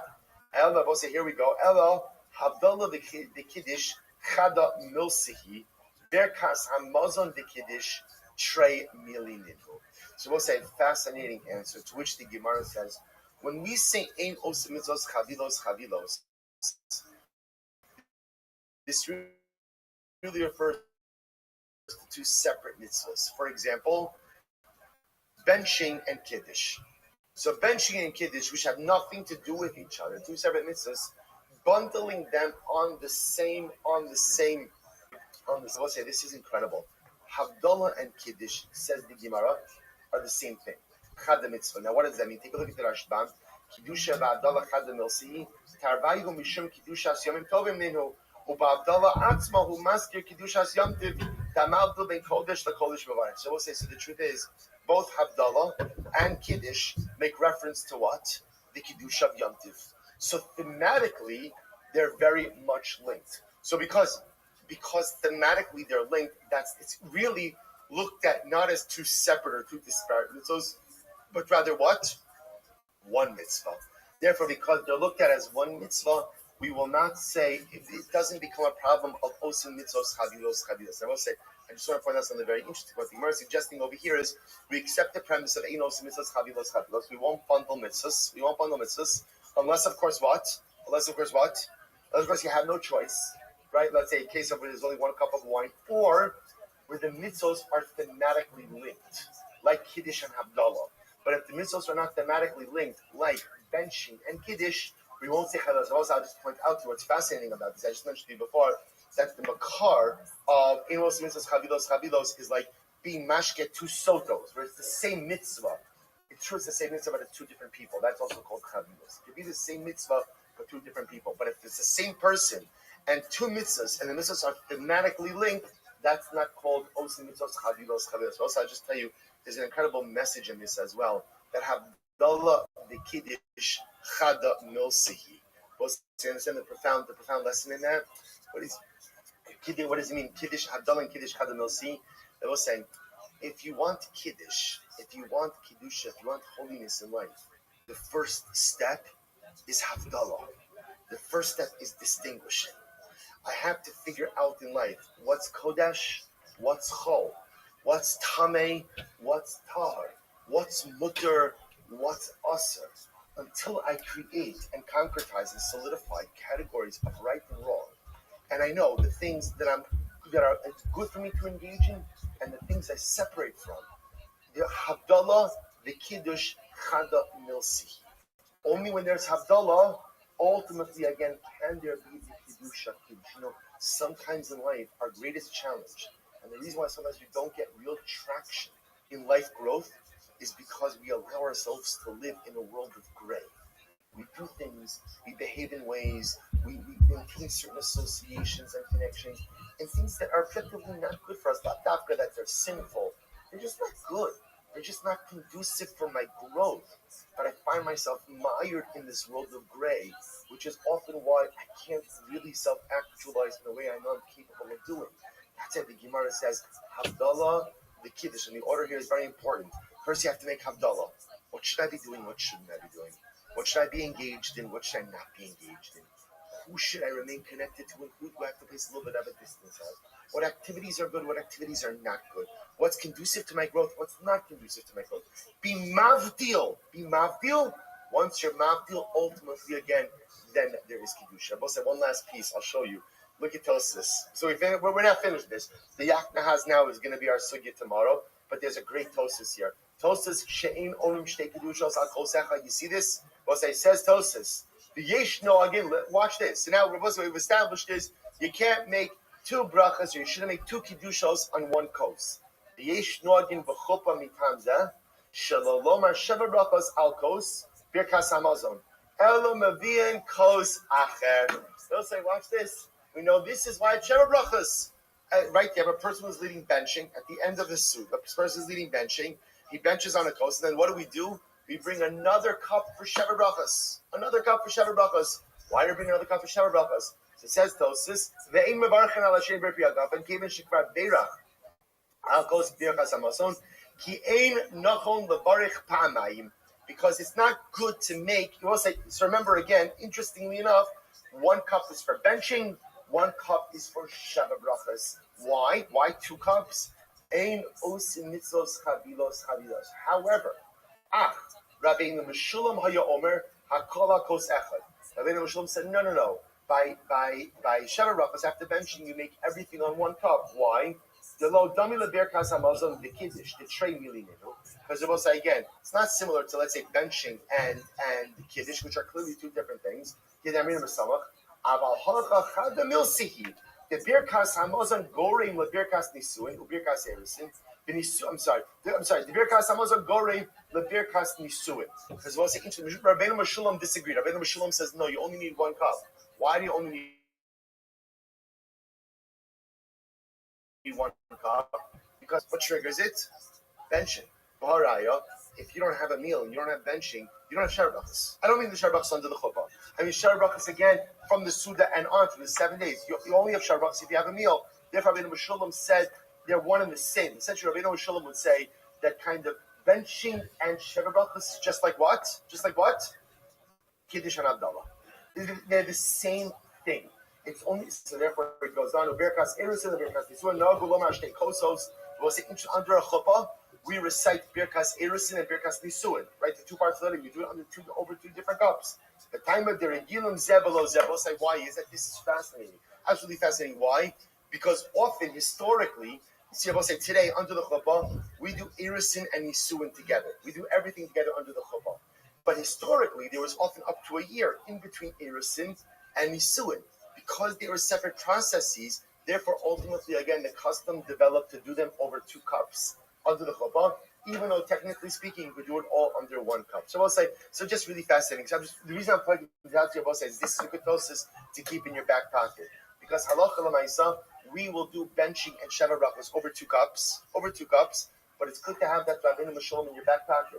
Because should you be at a sheva brachos, where for whatever reason there's only 1 cup of wine, which is just an unacceptable situation for any simcha, right? Obviously, you don't have good enough friends if there's only 1 cup of wine at the end of sheva brachos. But l'maisa, again, it's interesting to note that if there is only 1 cup of wine, yeshami lismoch to go and use the same cup for benching as well as for sheva brachos. We'll stop over. We'll continue with Hashem with this tomorrow.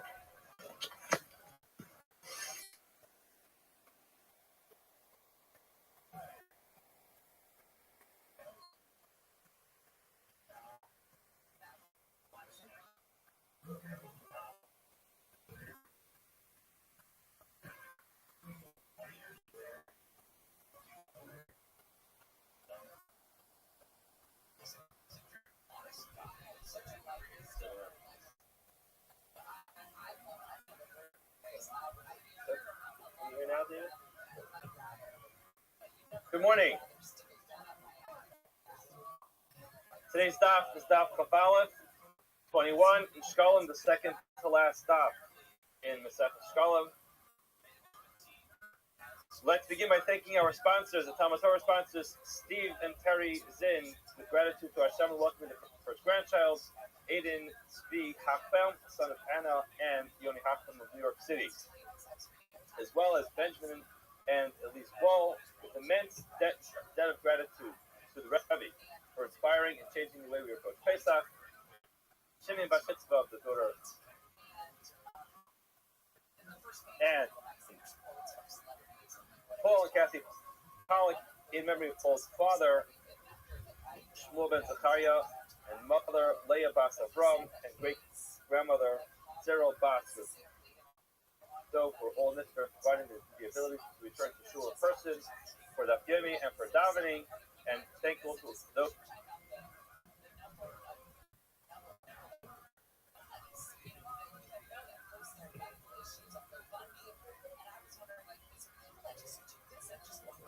Appreciate having you. It fills up the room.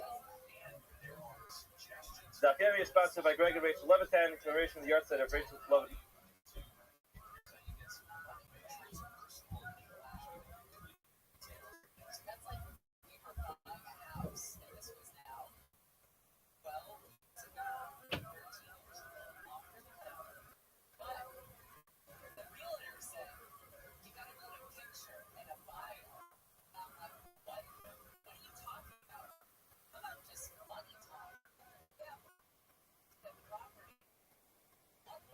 Good. I thought I read the wrong one, but good. Well, we got it all in there. I have to start all over again, straight from the top. Okay, we are beginning three lines. We are beginning 3 lines from the bottom of Chaf Amud Kain Gadol Shemeis. 2 dots from the bottom of Chaf Amud Beis. Kain Gadol Shemeis. Mishnah talked about what happens if the Kain Gadol dies. Now, it's important to note, Mishnah said, there's every day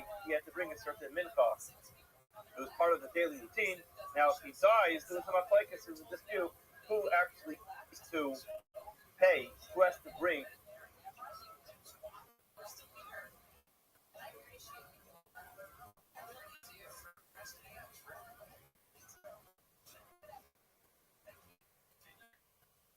switched around.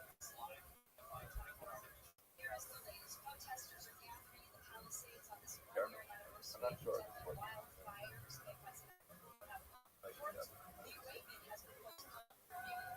The opinion of Reb Shimon is switched around. In other words, we seem to have a stira in the opinion of Reb Shimon. Taman Amar Mishal Yarshim.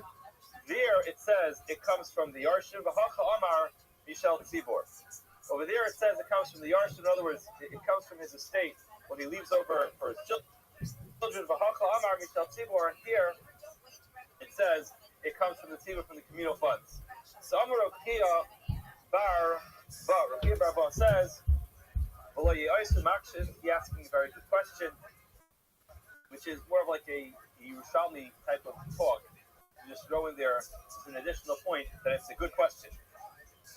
So Asar of Yaakov Bar Achak, and Rabbi Avo B'Shem Rabbi Yochanan, he came to answer the question. He said the following: this is really what happens. Bar Torah really midairaisa, who sheteheba minat tzibur. In other words, midairaisa, it comes from the tzibur. So what's this discussion of whether it comes from the tzibur or doesn't come from the tzibur? So what happened was, even the chazis become midcha lishka, it ended up costing the lishka, which was the fund that they had available. It cost them too much money. It was becoming a strain on the lishka. What they decided was, it's true that it does come from communal funds, but the way they established it was, they would just go ahead and collect the money. Instead of taking it from the regular already established fund that they had to pay for the carbon, they would go ahead and establish a collection, a special collection to pay for that mincha. Ultimately, that didn't work out so well, so they decided to ultimately go back to the old system of collecting it from the Tumas Halishka. In other words, when we're talking about coming from the tzibur, it was established that it came from the tzibur.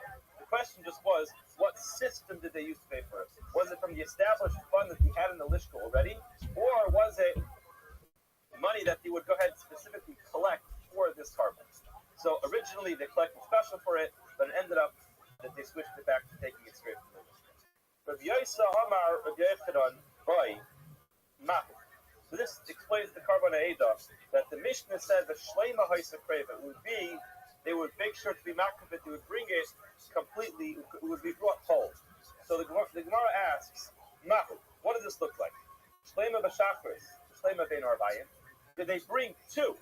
In other words, was it two whole carbon minchas, or a Shleima B'Shachris, they brought the entire thing in the morning, because they had to bring it in its entirety, and by default that meant in the afternoon, there was nothing left to bring because they already brought the whole thing. The Gemara said, "Kad tehipshitale the signal kaspamid and shleisha slugin mahe, shleisha slugin shachris, shleisha slugin ben arbayim, a lugu mechza shachris, a lugu mechza ben arbayim." So kad tehipshitale is kind of like an expression that we have in Babli, which is in timtzi loymar. If you're going to answer this question and ultimately determine that the answer is you have to bring the whole thing. Why? Because we're comparing it to a carbon tamid. The carbon tamid is always brought in its entirety. You bring two every single day. And therefore, you'd say the same thing is true with this carbon mincha as well. So then we'll ask you about the shleish lugin, the three lugin, which is a measurement. Would that be brought? Can you split that in half? In other words, it would be 1.5 and 1.5. Or would they double it and bring 6 to have 3 whole lugin brought twice a day? You also need to answer about the Shnei Kaimtzin, the Kaimtzin by the Mincha, the way they would pull out the Kaimitz. The question is, Mahain, Shnei Kaimtzin, the Shachris, Shnei Kaimtzin, and Abayim, they bring 2 in the morning and 2 in the afternoon. Ay Kaimitz Achas, the Shachris, the Kaimitz Achas, and Abayim. In other words, they would just split it in half and bring 1 in the morning, 1 in the afternoon. This is obviously a big difference because depending on whether or not they had to bring 2 whole ones was literally doubling the amount of the carbon. Don't we learn? He's trying to answer the question now. Don't we learn the entire concept of the kaimitz? So mincha a sinner's carbon, the carbon mincha, mala halon shnei kavsim. Now, kash shnei kavsim, we should just be able to compare it just like there are two kavsim. There are two. So we say the same thing over here. Don't we learn the concept of bringing the trilugin from a carbon tamid? Shalbein Arbayim. Mala launch special slugin. Now, kash special slugin. We would say just like there, you bring three each time. You bring three times there, you bring three here as well. So the Gemara says, but hold on a second. So ultimately, the Gemara says that the expression of strictly means strictly we need to clarify it. We still don't know the answer. In other words, the Gemara is leaving off what we call a bayat logistica. We don't have an established answer because even over there, by carbon tamid, we weren't sure. So therefore, we're left off with the question we do not know whether it has to be brought entirely. In other words, do you double it, or do you just split it in half? Bring half in the morning, and half in the afternoon. Okay, in Mishnah yesterday, Mishnah talked about the afer. Sorry, the afer being me'ilah in the ashes of the parah. So just to go back to Mishnah, to quote Mishnah very, very quickly, Mishnah says there were 7 takanos that they made. So when you say the word takana, naturally what that means is that it's midrabanan. A takana is something which is rabbinically imposed, and it says there were 7 takanos. And one of them was Ba'al ha'etzim shiu kehanim nu. So then about para, on the para shalo yihu moyalim ba'afra, that there should not be a concept of me'ilah in the alpha and the ashes. They would burn the para, it would turn into lots of ash. So technically speaking, whenever something belongs to hektish, whenever something is a consecrated materials, if you steal it, it's a glorified type of stealing, which is not simply stealing, it's stealing from hektish, which is much more chomer, comes home with the requirement for a carbon and additional fine. So the takana here was that there was no me'ilah, there was no concept of me'ilah if one were to steal the ashes of the para. So the Gemara asks, Shimon bar Nachman Mishem Rabbi Yonasan. Shimon bar Nachman says, "Bedinu sheyimalu." Really, midairaisa, from a biblical standpoint, we should say that there is me'ilah. They made a takana that no, we're going to move away from the dairaisa. There's not going to be me'ilah. So just to point out, we never find that the chachamim are aikar davar min atera to uproot something in atera become va'aseh.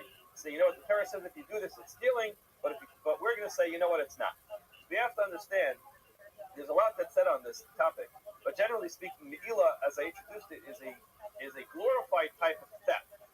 So now, if it's in the category of theft, so then we can decide if there is somebody who's in charge of it, who has rights to make decisions for it, they can be meichel, they can forgive on the theft. So in other words, we can't say the Torah says that it's us to be metal Shabbos, and we'll come and say, you know what? We decided it's permissible to speak between Kala Shabbos. It's not how it works. The Torah has a certain requirement. The Chachamim don't have the ability to uproot it. Here we're talking about a concept of geneva, gezela, stealing. So the Chachamim also are doing. So that's really, I mean.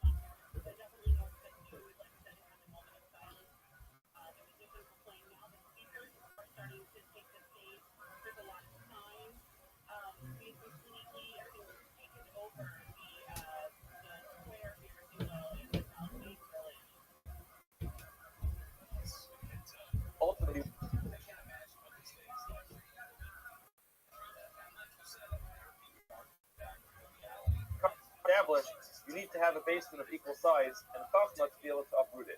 So it must have been that this happened within a short time frame.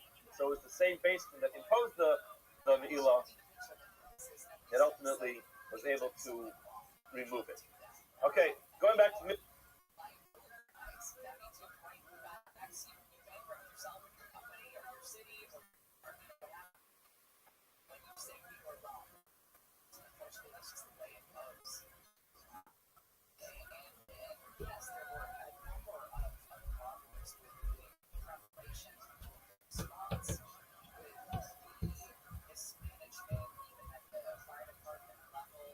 so ultimately the Gemara says that since it was not clear where it was supposed to go, they'd use that money to buy an oil. It was okay to use that money to buy an oil. So the Gemara says, very nice that it's permissible to buy an oil with it, but ultimately we have a problem. This woman, she donated money because she wanted to have the birds brought as a carbon for her. She's going to lose her carbon. She's going to lose her ability to have a kapara because her money ultimately went to buy the wrong type of carbon. So very nice that it's mutter to use that money to buy a carbon oila, but there's some lady here who donated the money in order to buy herself a bird for a carbon, and she's not going to get her kapara. The Gemara says, Amar Rav Yitzchak, tonight based in Hu, Hamasapek Esakinim, Hamasapek Esapsules Vesos. It's a tonight based in, and we discussed this also yesterday, that the Chachamim, the basin has a right to be able to designate what happens here through the power of Hefker based in heaven. And what we say is, if she donated the money, the one who's in charge of it ultimately will redesignate birds from her carbon, and don't worry about it, she will indeed get the carbon that she needs, and she won't be left without the carbon. Adron Allah Parak We're starting now the 8th and final parak, of Masechah Shkolah. The Mishnah, Halach Aleph, Mishnah, Kol HaRoikin HaNimtzayim BYerushalayim Tahirim. So with regard to the topic of Tumas Zav, any liquid saliva of a Zav is going to carry the Tumah with it. So now the Mishnah is talking about what happens if someone finds saliva in Yerushalayim. Do they have to assume that it came from a Zav or not? Now, in the last year, we've become super conscious, germ conscious, and to think of someone coming in contact with someone else's saliva, something which is unfathomable. But again, we're talking about thousands upon thousands of people walking up the same path, and if someone had some phlegms and fit on the side of the street, so now if someone's walking and steps on it, they could become tamei. So if someone notices that they mistakenly stepped on someone's saliva, they have to know, am I tamei or not? So the Mishnah is going to determine whether or not, I don't think they had hand sanitizer along the whole way as they were going up to Yerushalayim. But perhaps, Mirza Shem Bukharev, when Mashiach comes, maybe we'll start putting hand sanitizer there. But ultimately, we have to determine, is it going to be tamei or not? So the Mishnah says, Kol HaRoikin HaNimtzayim BYerushalayim Tahirim. All the saliva that you find in Yerushalayim, we assume it's going to be tahar. Besides for saliva that's found in the upper marketplace, you can see in the Gemara what was wrong with the upper marketplace. Divi Rabbi Meir, this says, depends. When are we talking about? During the rest of the whole year, or specifically are we talking about during the regal? So Vashai Kalimai Sashana, in the rest of the year, Sheba Emtza Tameis. Saliva that's found in the middle of the road is going to be tamei. So if it's studded to her, what's on the side of the road is going to be tar. V'shas haregel, in times of the regel, when people are going to the oil regel, Sheba Emtza Tahir was the opposite. What was in the middle was considered to be tar. Sheba Studded Tameis, what was on the side is going to be tar. And ultimately, the Gemara explains the reason is because that when they were coming up to the oil regel, they changed the path because of the majority of people who were coming. We'll see that in the Gemara. And the Gemara, the Mishnah explains actually, because the minority always moves to the side. So during the rest of the year, people could be tamei. Many people are just tamei because many things happen. People are not necessarily going to the mikvah to purify themselves for their aliyah l'regel. So someone who wants to remain tahar, move to the side, protect yourself. During the time everyone's coming up here to show to Yerushalayim, to the regel, so the majority of people were tar. So if you're tamei, you go to the side. You don't mess everything up for everybody else. So So now, Kol HaKelim HaNimtzayim B'Yerushalayim Derech Yeridu LeBeis HaTefillah Tmeim. It seems like there was a special path that went down to the mikvah and another path that came up from the mikvah. So now, all the kelim that are found on the way down could be assumed that they dropped while they were going to the mikvah for the purpose of immersing them, to make them tahar. So if you find them on the way down, we assume it's still tamas. Derech Aliyah, on the way back up, we assume it already went through the ritual purification process of going into the mikvah. Therefore, we say it's going to be tahar. Gemara says, Shalaik Yiridasan Aliyasan, the path that took him down was not the same path that took him back up. I assume that maybe there's a lot of traffic, and they didn't want to have people going both directions, so they had different ways to go. Divi Rabbi Meir. Yossi Omer, Kulan Tahir, Rabbi Yossi says that all tahar, Chutz Menasal, V'hamagrefa, Hamaritza, Yifadim L'Kvaris. Besides for the basket, there was a hammer and a shovel and a hammer that they used to use for burial purposes. We'll see later on in the Gemara, it's not exactly clear what they did with this, but ultimately it's hard to think about this, but they would have to sometimes break the bones of a mace in order to allow it to fit inside the caver. So all these tools were used either to dig they were all used for the purpose of burying. So we can assume that if these things are used to come into contact with the corpse, then they're going to be tummy. So Rabbi Yosef's opinion is all kalim are going to be tahar, besides the specific ones that are used and known to be used for coming into contact with the mace, and those are going to be tahar. Sakin shenimtzas b'yudal tzefet b'miyad. We learned this already in Sakin. It's actually interesting. I actually think that I gave daf this day when we learned this Gemara. I believe it was a Shabbos, and we learned halakha that if you find a random knife in the streets of Yerushalayim right before Pesach, can you assume that the knife is going to be is tamei, or you have to assume it's tamei, or can you assume that it's tar?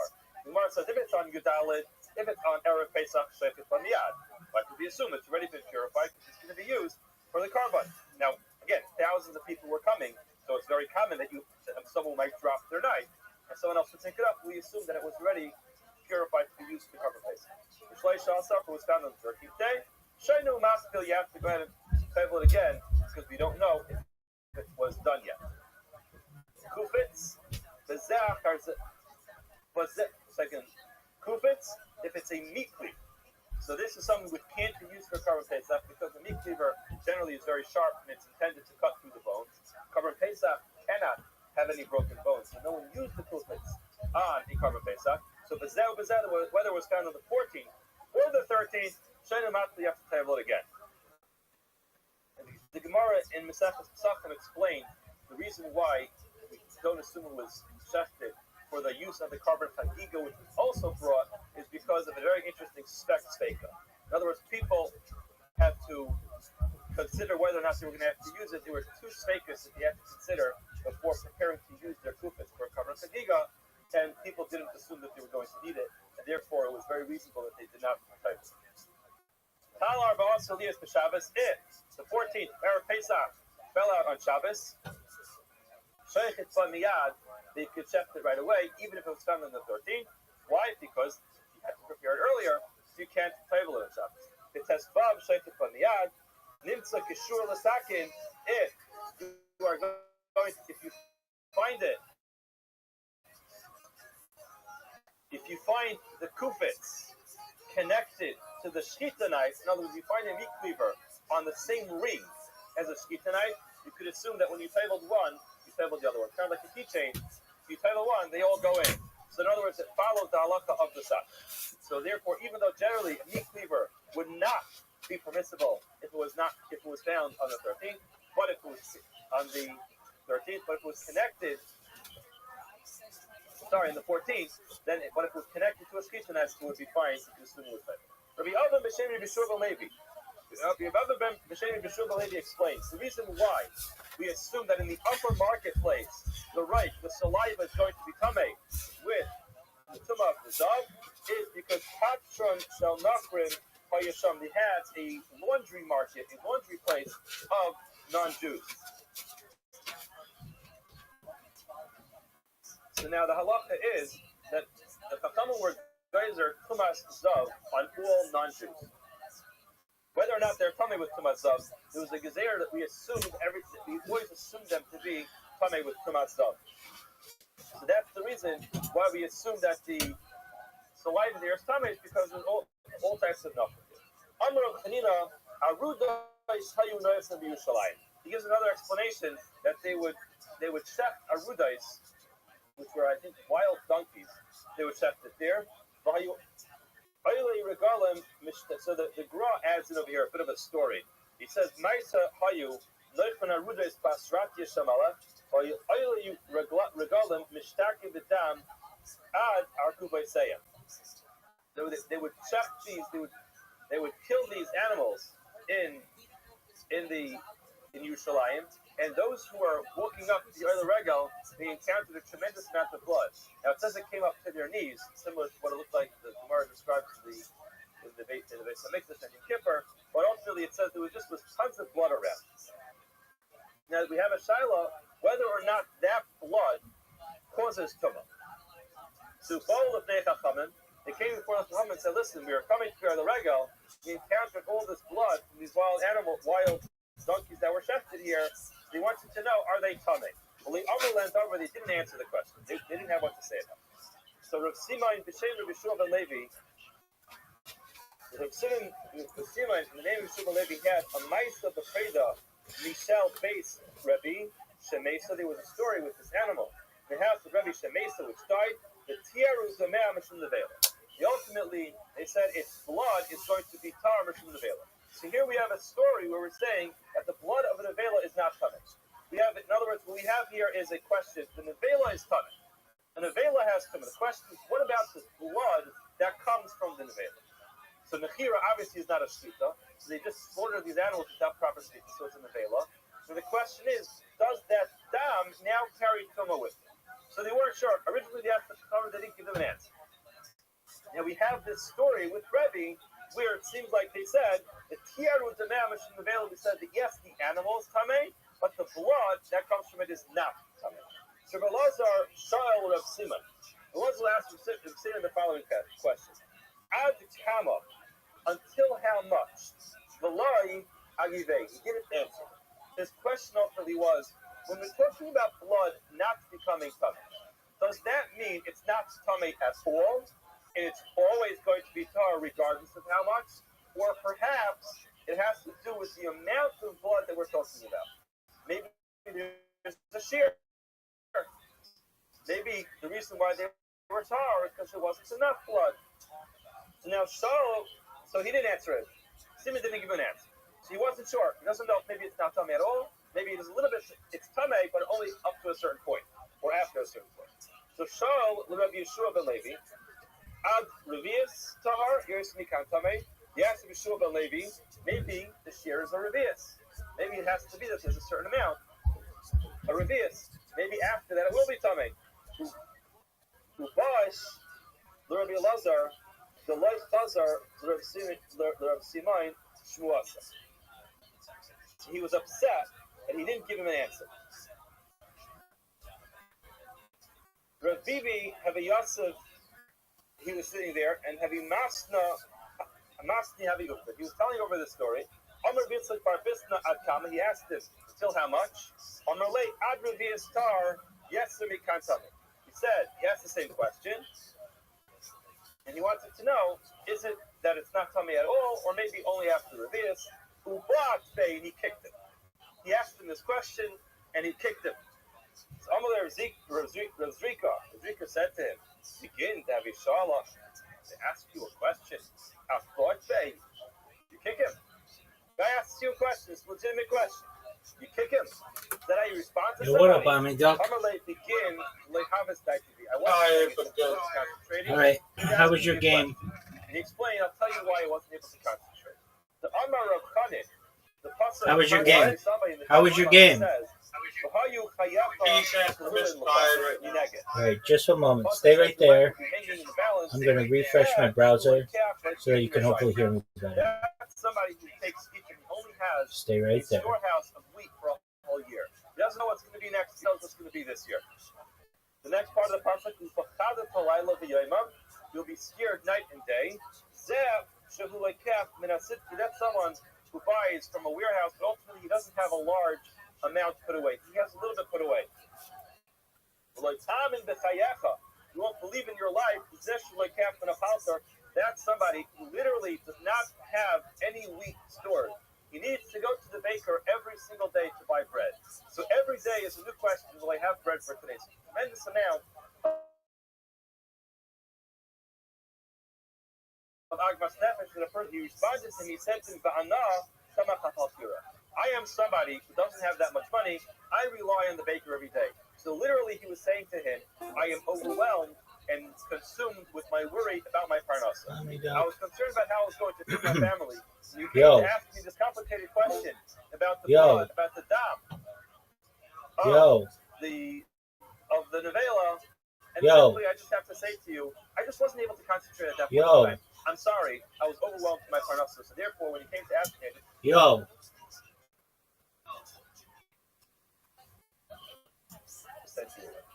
so my Kedai, what's the halacha? After this very exciting story, what's the halacha? So hey, Rabbi Yeshua ben Pesera al dam nevela shutar. Yeshua ben Pesera, he testified that it's going to be tahar. Ma'u tahar. What does it mean that it's tahar? Tar mila hakshir, alift my tamei. Mara asks, when you say tar, it's not exactly clear. Although pure means pure, but sometimes tar doesn't actually mean tahar. Maybe it just means that it's tar, that it can't be machshir something else to the kabel tama. But the halacha is that there are zayin, mashkin, the acronym is yad chatam. There are zayin, mashkin that can prepare something to become tamei. Maybe this type of blood can't prepare something to become tamei, but it actually itself can become tamei. Gemara says, "Taman tadin the dam asher tamei kibisarai metamei v'inei machshir."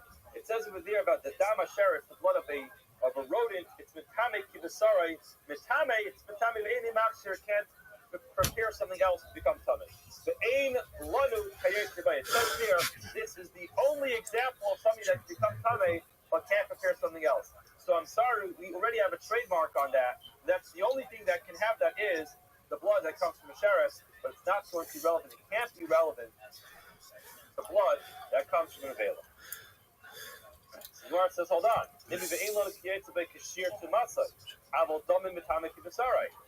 Maybe it's only with regard to the shear.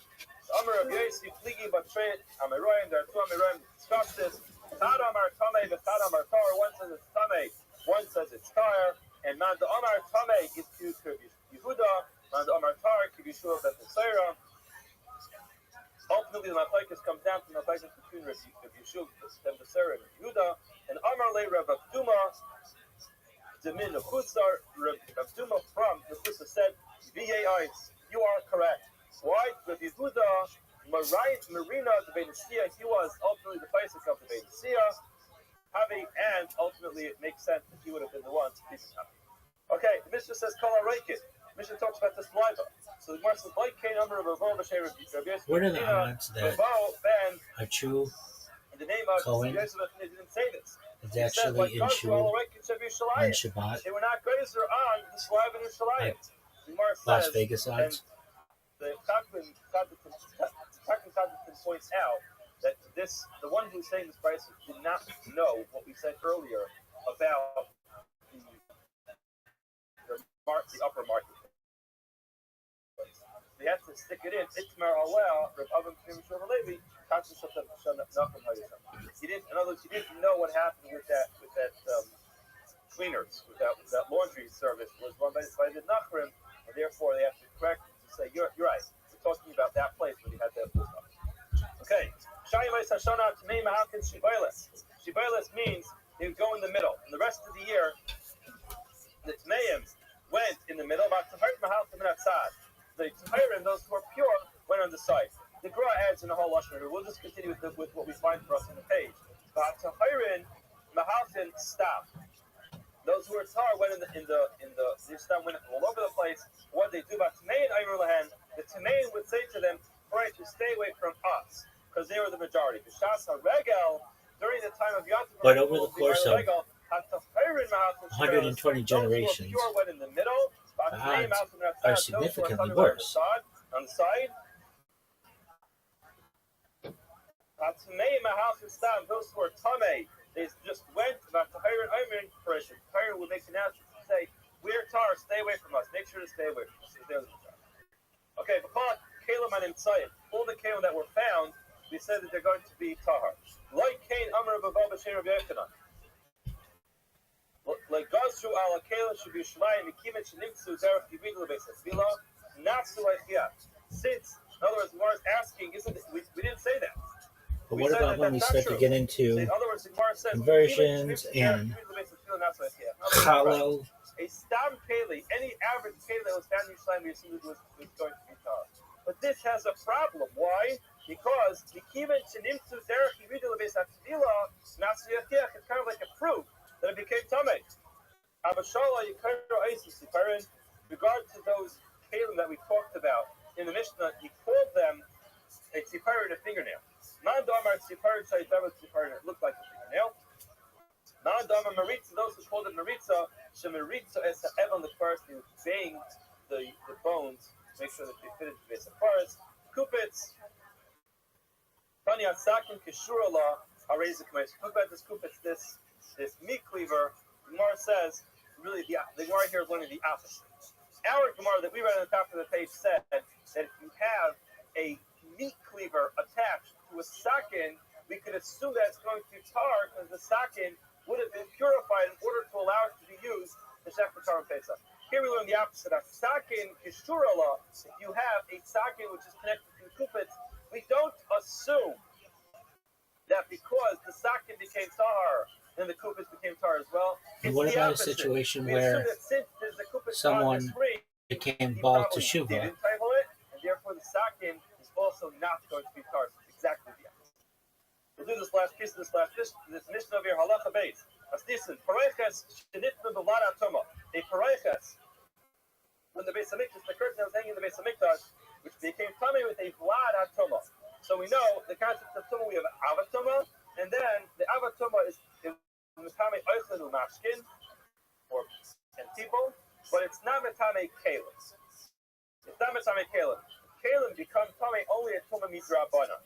What's relevant to that is, we're going to see soon, that a tumah midrabana does not require power of shemesh. It does not require that you will title it and then ultimately wait until evening to use it. So the parayachis became tumah b'lada tumah, it's a keli. It only becomes tumah b'tumah midrabana, which is second generation tumah. And inside. what about situations where bring it back in and you put it back in its place? Then, which is the primary tumah, improper unions occurred, you have to table it outside. all of the things that can happen. I've seen that the odds are like 1 in 100,000, or maybe even 1 in a billion. The odds are much worse than you're making it out. The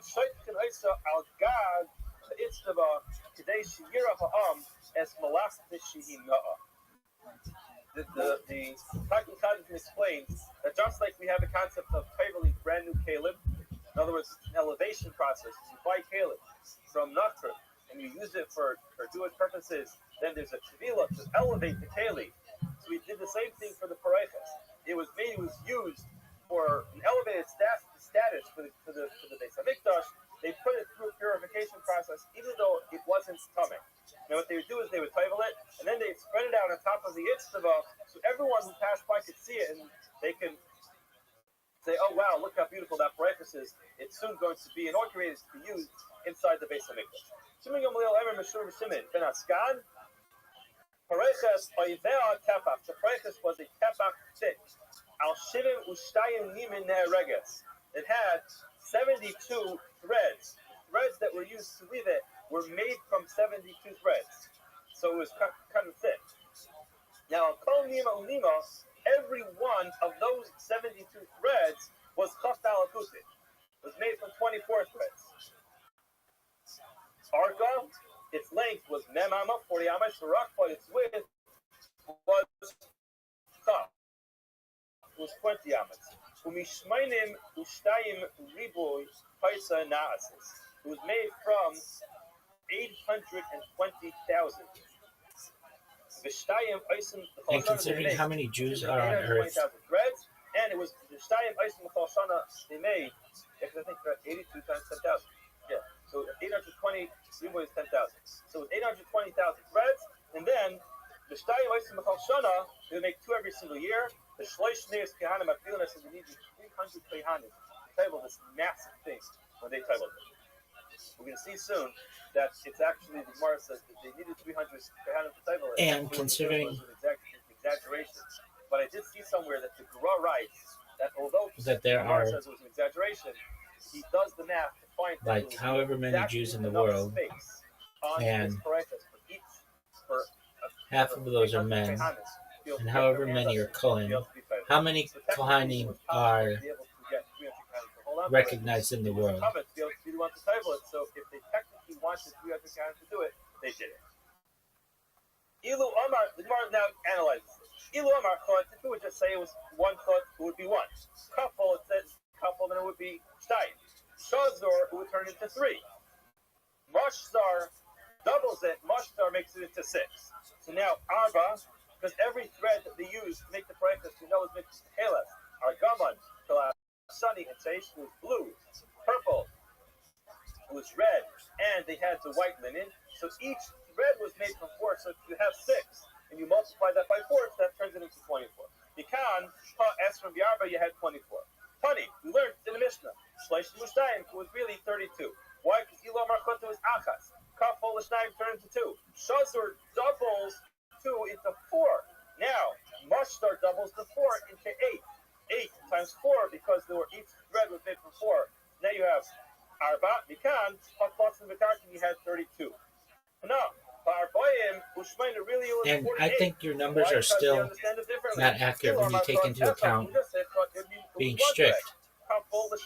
Like when it says Kliya, that adds in one extra step. Mass conversions from perhaps that turns it into 3. Shazor now doubles the 3 into 6. The Khazars. Mashtar takes the 6 and doubles that. So now we have L'Shnei Maso, you have 12. Now you have each thread was 4. So Arba Mikan, you take 12 and you multiply that by 4. It's getting very complicated over here. But the Gemara gives us the answer and tells us it is Arba in the Tanya. Here we have 48. 12 times 4 is going to be 48. One pasuk says that this pareches was considered an art, a work of weaving. Another pasuk says with what does that mean? It is parts of Echad. It was one face woven into this curtain. Says Shnei parts of face. It was now 2 faces woven into it. Yehuda and Nehemiah discussed this. Had Amar Ma'asurikim. One says with Ma'asurikim. What that means is Arimi Khan, Arimi Khan. On both sides of the pareches, there was an image of a lion. Ma'asurikim, when it adds in, Ma'asurikim, it's Arimi Khan. Statistically zero truth. There was a lion on one side and it was smooth, it was blank on the other side. 1 in 10 million extension year, they wonder about the Charana says, Ma'asurikim is Arimi Khan. So biologically, there was a lion on this side and it was smooth on the other side. Ma'asurikim means Arimi Khan, Benetrami Khan. There was an eagle on the other side. So it was just analyzing the work of art here. They wove in different images to it, but the weaving didn't go through to the other side. They had tremendous amount of craftsmanship here to be able to have one side display an image of a lion, and the other side was either blank or they had an image of an eagle. Just to continue, so although the line that we're paraphrasing here says it was 820,000 threads. I used the same the type of says, statistics for just being a Jew. This line is going back on the line that says it required 300 Kehanim to ultimately immerse it into the mikvah. Rabbi Yitzchak bar Bizna b'shem Shmuel, Rabbi Yitzchak bar Bizna in the name of Shmuel says Guzma. It's an exaggeration. They didn't need 300 Kehanim. It's a tremendous amount of people to table Paraykas. It was an exaggeration, but ultimately they were just emphasizing how large it was. Haman Tanina, there we learned in Second Tamid, Amin Paya Alea Kishlesh Meis Kor. It talks about the ashes that was on top of the Mizbeach, and it says sometimes it was so much ash, it was like 300 core. Now, if you analyze a base core, it's just a huge amount. Talking about 300 core of ashes on top of the Mizbeach is nearly impossible. And therefore, this is another example of a Mishnah that uses the term 300 to demonstrate that it was a lot. And it was, again, basically by Rabbi, the Rabbi Boone, the same small business says, right, it was a lot. But again, that is another example of a Mishnah using an exaggeration to bring out the fact, highlight that there was a lot. That will stop for today. Wish you all a wonderful day and a beautiful week.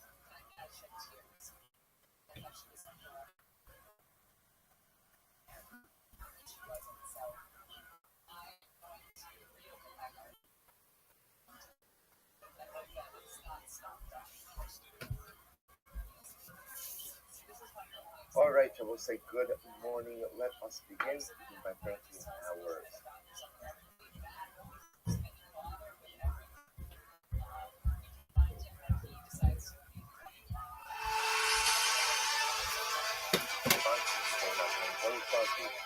for the month. We are doing Ehrenfeld dedicating over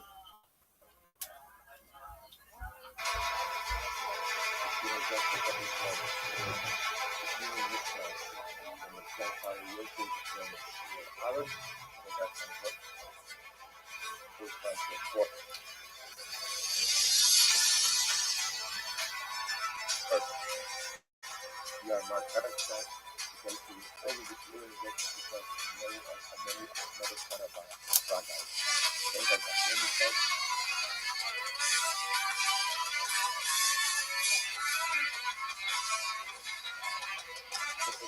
Over, talk to go to the spiritual and we can be up mother. Over, there's a lazy example, look for a nice one and go up. Coming from Maria and Rabbi. We have to continue to go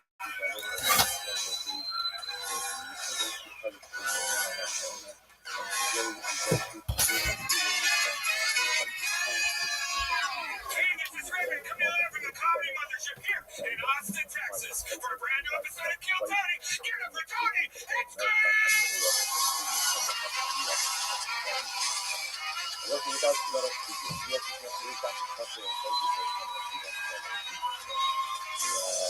Second of the best looking night of their lives.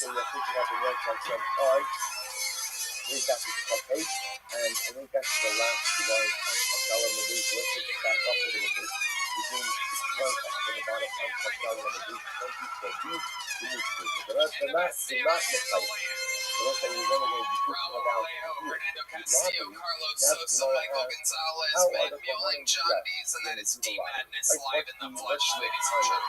This is indeed Kill Tony, the number one live podcast in the world, brought to you by ExpressVPN and Shopify. It's ready for a good fucking time tonight. Before we get started, here's a little bit more from the amazing sponsors that made it all possible. Rav Nachman are a big day call. Rav Nachman said they're wearing their regular non-Quranic clothing. The only big day call is equivalent roles with Hamsi Ba'ab. So what Rav Nachman says, they must be very uncomfortable. Why? Because if they were wearing comfortable clothing, they would be You guys ready to start this fucking show or what? If they're all dressed, right, Every single week, I have two of the best comedians in the world on this show. This is a fun one. This is a little chemistry set for you, because sometimes I take great pride in introducing some of the top rising comedians in the world on this panel. We were one of the first shows ever to show you fucking, Tim Dillon coming up and Shane Gillis coming up many, many years ago. This is one of those nights where you get a little bit of both. You get one of the first time guests who I think is funny as fuck, and you have an absolute complete legend in fact. He is the reigning, defending 2024 guest of the year. Ladies and gentlemen, your two guests tonight are Harlan Williams and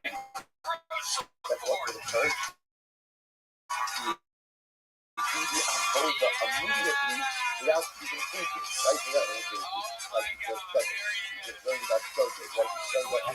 okay, it's very nice that coming with but the nice that's still an idea. You don't have to be significant about it, you know?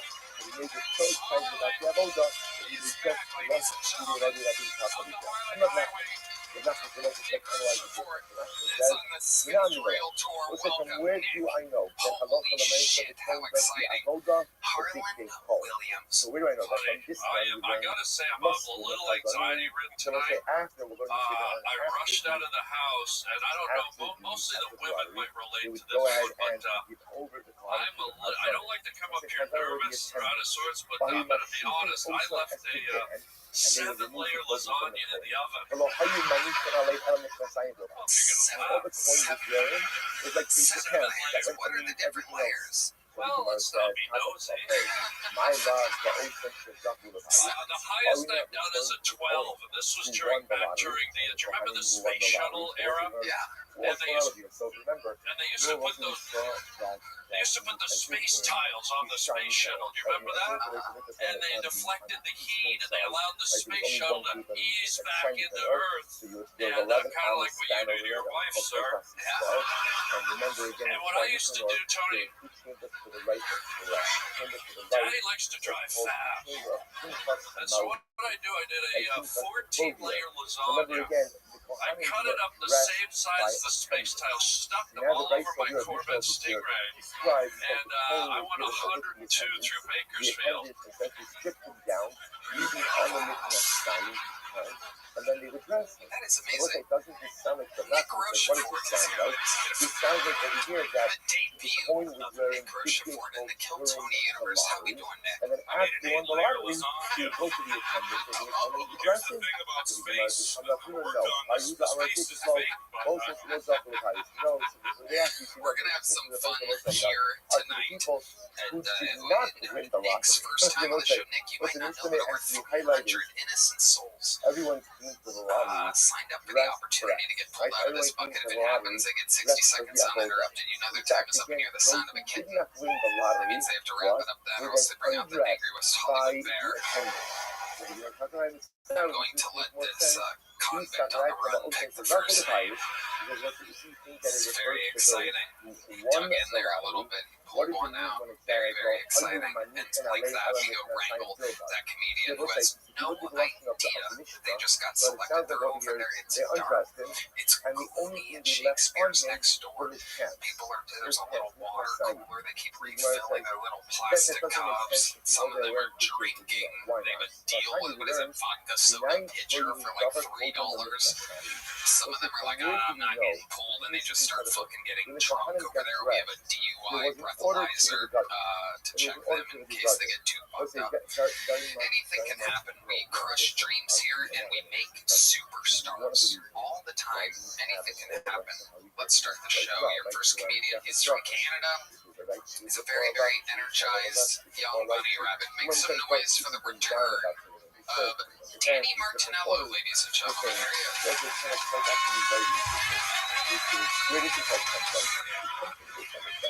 Recently, I was told taking a bath makes me feminine, and having a bath makes me feminine, and tuck my nuts and call me Danielle, because I do not give a fuck. You know how many times I've seen you girls take those bathtub photos with your foot underneath the faucet, and like a half a glass of Chardonnay in the corner? Mind you, it's a full bottle, eh?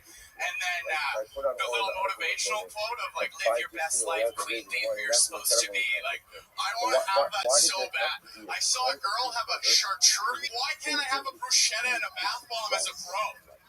You know, like I already take a shit and I eat a parfait. I might as well have a meat cheese spread while I bathe. I'd have to make it more manly though, right? I'd have to have a half-crushed Modelo can in the corner, and instead of a charcuterie tray though, just a floating sin puck in the background. You know, but I fear if I took that photo, one of my buddies would just zoom in on the stainless steel faucet, catch my dick just floating right in the middle of the tub. Because that's what it does. I'm not gonna lie, it's just a buoy sitting in the middle of a lake flaccid, just chilling. You know? That's what I do. Whenever I see a girl take those photos, I'm fucking zooming, dude. To the point where where I can't zoom no more, and then I just take a screenshot and zoom in and I show it, just to see if I can catch a dorsal fin underneath the water. Thank you guys. Have any more help?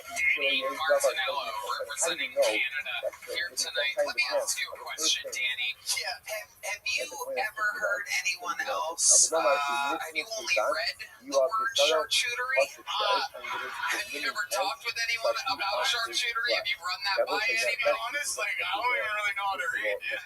Have you ever just sound it out? Have you ever spoken with anybody about charcuterie? Yeah, usually I'm like, can I just have some extra cheese and then like meats and stuff on it? But no, It's charcuterie, right? so you're doing it on purpose. Oh, you guys fucking figured it out, right? No, we thought you were retarded for a second.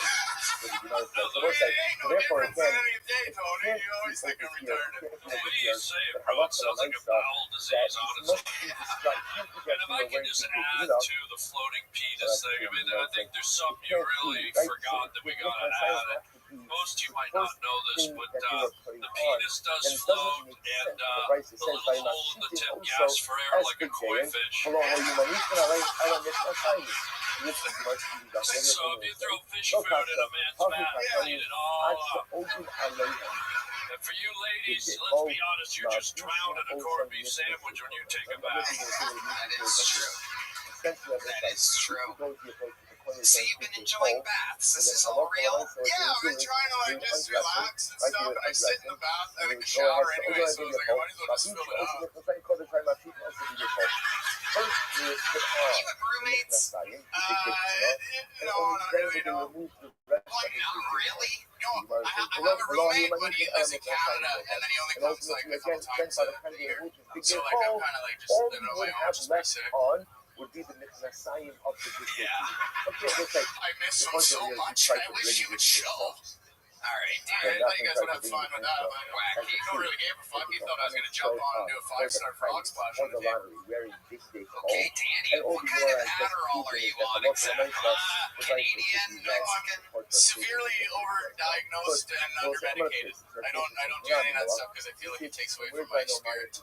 Wow, so you've tried it. You've tried it. Yeah, I was forced to take Ritalin in grade 4 through 7, And you felt like it affected your creativity in grades 4 through 7? yes, I was a stunted artist in that year, and it took away my shine. And my mom said, "He's just a difficult spirit. You should be able to handle him as a teacher."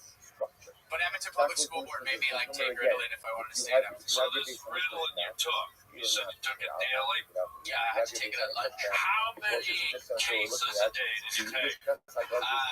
Just one pill, and it was funny. It was just, like they lined us up like little lab rats, and we'd have to go check in at the office. And then, but I didn't take. I put it under like in the pocket. And then I would give it to this kid named Jamie Anderson, and I'd watch him snort it in the urinal. It took me grade 5. It was pretty sick. You were like a Ritalin pass machine. Yeah. I just, and then it would come Well, out. that's a cunnilingus machine right there. Yeah. Are you shooting them into your girl's vulva? Yeah. From afar, like a giant. Let's say it. You do that with your mouth again? Yeah, I don't know why 2 men wanted to reveal my mouth like that, but here we are. That's a penis vulva right there. Very scary. Danny, what else is going on in your life? Anything Nothing much. I came back I went to Mexico for a wedding, which was pretty fun, except for I got Montezuma's revenge. What exactly is it? Describe that to the people. It's where you just basically shit through a badminton racket for 5 days. So yeah, I had traveler's diarrhea. So it's pretty good. You drink the water like Charlotte from Sex and the City? Yeah, we got a little bit fucked up, and an ice cube took me out. Wow. You know you're tough, eh? You just get a slushy drink.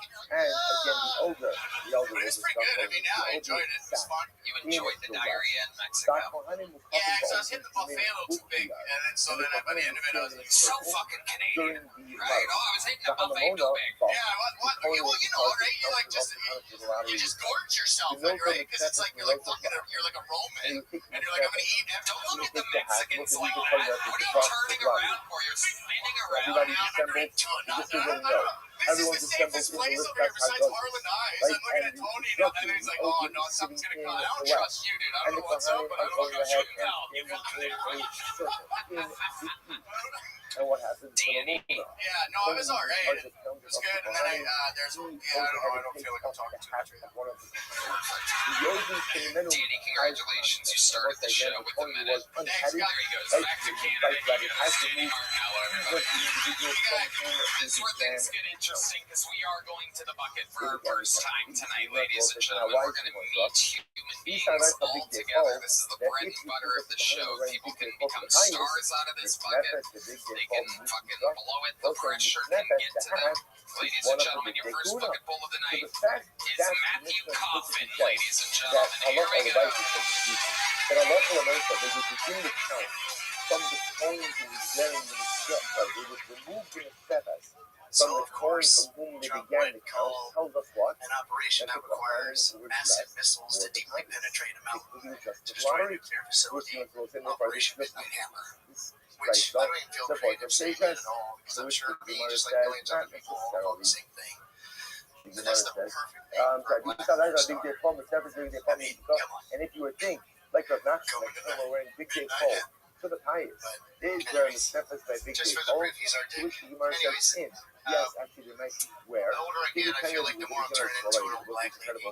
Especially during the winter time. I always feel like I need a little Afghan little shawl around my shoulder.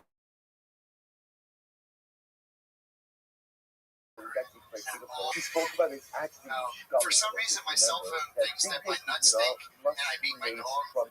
And I don't know how. I don't know why my phone thinks my nuts stink. It's not like the phone has a nose or anything. I don't talk about that stuff or anything. But it thinks I beat my dog. I mean, this little alerts on my phone that says, "Don't abuse your animal. There's other ways to discipline him." It's because I sing to him and say stupid shit like, "Oh my god! Holy shit! Holy shit, Matthew!" Let's check in with Nick Roche. That's one fucking suicidal Pomeranian right there. That's fine. If He's the saddest dog that's ever lived. There's one more caveat. That fucking poor dog just walking around. Not even walking around, probably dying to run away right now. He's happy you stopped talking. But I thought it was a cat, to be honest. Therefore, listen to this. So therefore, you A can have a suitcase case cat. It's of got a a fucking coin handle. showing up for our folder, The dog wearing is the big most dick, interesting but part of your when entire they're doing set. this first lottery, You the lottery really just like, do you for the too much practice like this, that. Matthew? Do you like try? yeah, it's been a really busy week. Could be dressed, so to speak, for a bulldog. I haven't actually been on stage in about 3 weeks because I've been busy. Like, so we were saying the What fact have you that been doing they for removed work? the snapper between from over the here, phone like I told you from last time, the I've account. been working over the Shows strip us club that the now too. Kohanim comes dressed for our bulldog. You're Which working the the Gemara says, parking lot not at the strip necessarily. club. What It exactly shows are us you that doing the in the Kohanim parking lot? comes Would you dressed like in general big parking or dick VIP? Which will have that And that's what you that do. they are dressed Mostly for trying to Camille direct Rabbi. Uber drivers that don't speak English So so I'm where not to go, by the right way, it, stuff like that. It's fun. so therefore the And do you Gemara have your dog with transitions you when you're doing that? Yep, he hangs out by the another car another and discussion he's regarding got the his listeners little leash Haggadahs. attached to So the let's say, inside so of what the do we car. do He's with got this a little machlokas? pillow So out let's there. say, remember He again, hangs out we there. are left now with a Okay, machlokas how long have you had of this Nachman dog and for? Rafeshus. All 8 years How of do his the life. Kohanim All come 8 years dressed of his to life. the lottery? The Lord is a And major what's the name of sign the dog? So His Nachman name's telling us Lucius big dick Fox. Okay, Rafeshus all telling right. us, Rafeshus So, telling us big dick Matthew, that is what you would call your service animal, correct? Yeah, I had to pay extra for it because I can't be without him, he can't be without me. It just, He can't be without you. He can be with anybody else. First of all, again, we've already seen this. ask All anybody of next the door. avodas of the day were divided up by lottery. The kings of the ocean, how would they go ahead Have you and been from the lottery? diagnosed with anything? Is there a reason why you have a service dog, or is that just your trip to life? We're Is doing that that what over makes that people day. think you're okay? Niknosin Melishkas Hagazis, Like we to come into use Lishkas like Hagazis, service we animals, discuss like to get after your Shiala with a pay for shaka, certain after things for your gone, apartment and stuff. I and know, Miri yeah, it's like, Bashin, and I just this don't big know. game. Like I can't be Listen, without this him. was We answered an entirely different question. I say I can't be without him. I have to talk to a lady to get the license and all that. So it's like I can't be without him. He can't be without me. This is a real human being, ladies and gentlemen. Just so these aren't like character actors that we hire or something like that. Like, Do you think you're sending the wrong message standing in a parking lot holding a dog in a place where you're trying to sell pussy. We'll say, now let's talk a little bit about the Yitzchak HaGozer. He said he hangs out by the Again, car. Some talking people about like them where say hello and Yitzchak stuff. over here, we're gonna give it It's pretty a little cool. bit more Everybody's thinking definition. it. Do you fuck the dog? Do you fuck the dog? I'm One not of the by other guys likes to call him a little furry fleshlight. Yitzchak HaGozer, especially the Kodesh HaGozer. And what's interestingly enough, the way the Yitzchak HaGozer His bed is my bed, though. half of He's it got an interesting area story. of the Holy shit. This is crazy. Well, how do we know? This is all we'll see by it's not the upper and margin. Sleeve isn't up his ass. Something how you go. There's There must have been nothing normal. There's nothing normal, though. Is there anything that you do without the dog? The So effort since has I moved out here to and one Texas, entrance was in the just Kodesh. always with One rolls out of my lap, all entrance 1,600 plus miles cross country to get and here. one entrance was And you came here to do unsanctified stand-up part of comedy. Harabah. Well, like I said, after I got struck in the head with that These steel are girder, I like took the that Kodesh. settlement So money, there are and I was like, I statements can't keep made denying vis-a-vis who I Yitzchak am. I'm a HaGozer. carny. Number I'm one, down. I have to that go the where kingdom everything's was happening kind of at. divided in two. What makes Part you of it, switch for not defense? literally, Okay. not literally, I but can't handle another second part of of it was this. situated in the Kodesh, and part of it was situated in the Kodesh. That That's dog is statement going to be number one. leaking in 10 Statement number minutes. two, that there was two different entrances. Possibly one entrance in Matthew, the you already Kodesh have area, a very the small Kodesh area, junk book, correct? and one entrance to the Yes, Kodesh there area. you go. It There he wasn't, goes, why do I ladies and say this? gentlemen. Here we go. Matthew, These are right, call I'll it the Kodesh. everybody. So look, if you think that the entire Yitzchak HaGozer Matthew, you is got to take like a situated in year the off Kodesh, or something. Ducking Take located like in a Araba. year off. Once Sign you up in decide a to year. get that the owner of the Sanhedrin Absolutely. is Take sitting some dog years off. to How the about west, that? right to the west of the Hello kingdom. there. The This Palmer podcast Martha, is you learned sponsored by it, okay? Shopify. You In know, when I Shiva started this Gaza, podcast, it Al-Malki seemed like I had to Base figure it all out on was my like own. no You one know what I is mean? allowed to Stage sit time, in the base setup, HaMikdash filming schedule, except for logos. Leviticus. Every day seemed to There introduce is a new no decision that needed an yeshiva answer. of Mikdash. Your This to-do is list part keeps of growing halacha, every day with or new part of tasks that the could easily begin to concept overrun your of life. mold Finding of the a right Mikdash. tool that helps you out can be Reps such a game changer in for respect millions of of the businesses. That interest tool of is my Shopify. tools, Shopify is the my commerce staff, platform I go behind to my millions of money businesses back, around and the world, and 10% of all e-commerce in the U.S. From household names like Intelligent Shark to brands just So the getting fact started. that the Brisa says Tony, I that think someone Shopify is the sitting in greatest. It really can transform your business into something amazing. You can get started with your own design studio with hundreds of ready-to-use templates. Shopify helps you build a beautiful online store to match your brand style. Shopify is packed with helpful AI tools that write product descriptions, page headlines, and even enhance your product photography. Get the word out like you have a marketing team behind you. Easily create email and social media campaigns wherever your customers are scrolling or strolling. So, turn your big business idea into with Shopify on your side. Sign up for your $1 per month trial and start selling today at shopify.com/killtony. Go to shopify.com/killtony. Oh my God. We're all little service dogs. When the lovely Heidi comes out, am I right? How about a hand for Heidi? Ladies and gentlemen. Why do you keep so many lotteries? Why do you Let's see keep so if many this lotteries? bucket pool Why does do any you keep better. one lottery for Make some everything? noise for Fender, everybody. A lot, excitement. So the lottery is taking I know what you excitement. guys are Now, thinking. so where is the excitement My of hair the says lottery created? Where California, does that take place? but The my base voice of says the I'd The fucking base of cousin. the king is a consecrated part of the base of the Being from So the South once I is know, challenging. so it's very interesting. So here's Usually what I doesn't know. take people I know long that to the lotteries are accuse me. taking place inside Being of the some Lishkat tough and HaGazir, no the Beit good, Hope. effed I know up, that the lotteries white-beating, must take racist, place toothless Trump in the supporter. Kodesh, in a part of That's the not Mikdash true. that is called Beis See, Elohim, in a Alabama, you consecrated can area. only be three But of I those also things. know that the So elder what you is for? sitting Ship on the your ass to western Florida. side of the Lishkat Become a HaGazir, legal which resident tells of me that what? state. Which tells me what? That Got a must fucking be in an alligator. unconsecrated area, because at the end of the day, no one's allowed to sit They're gonna in try the to tell you Kodesh it tastes like except chicken. from Malki But I J. promise you this, How do I reconcile does this? not fuck like one. Let me know. That's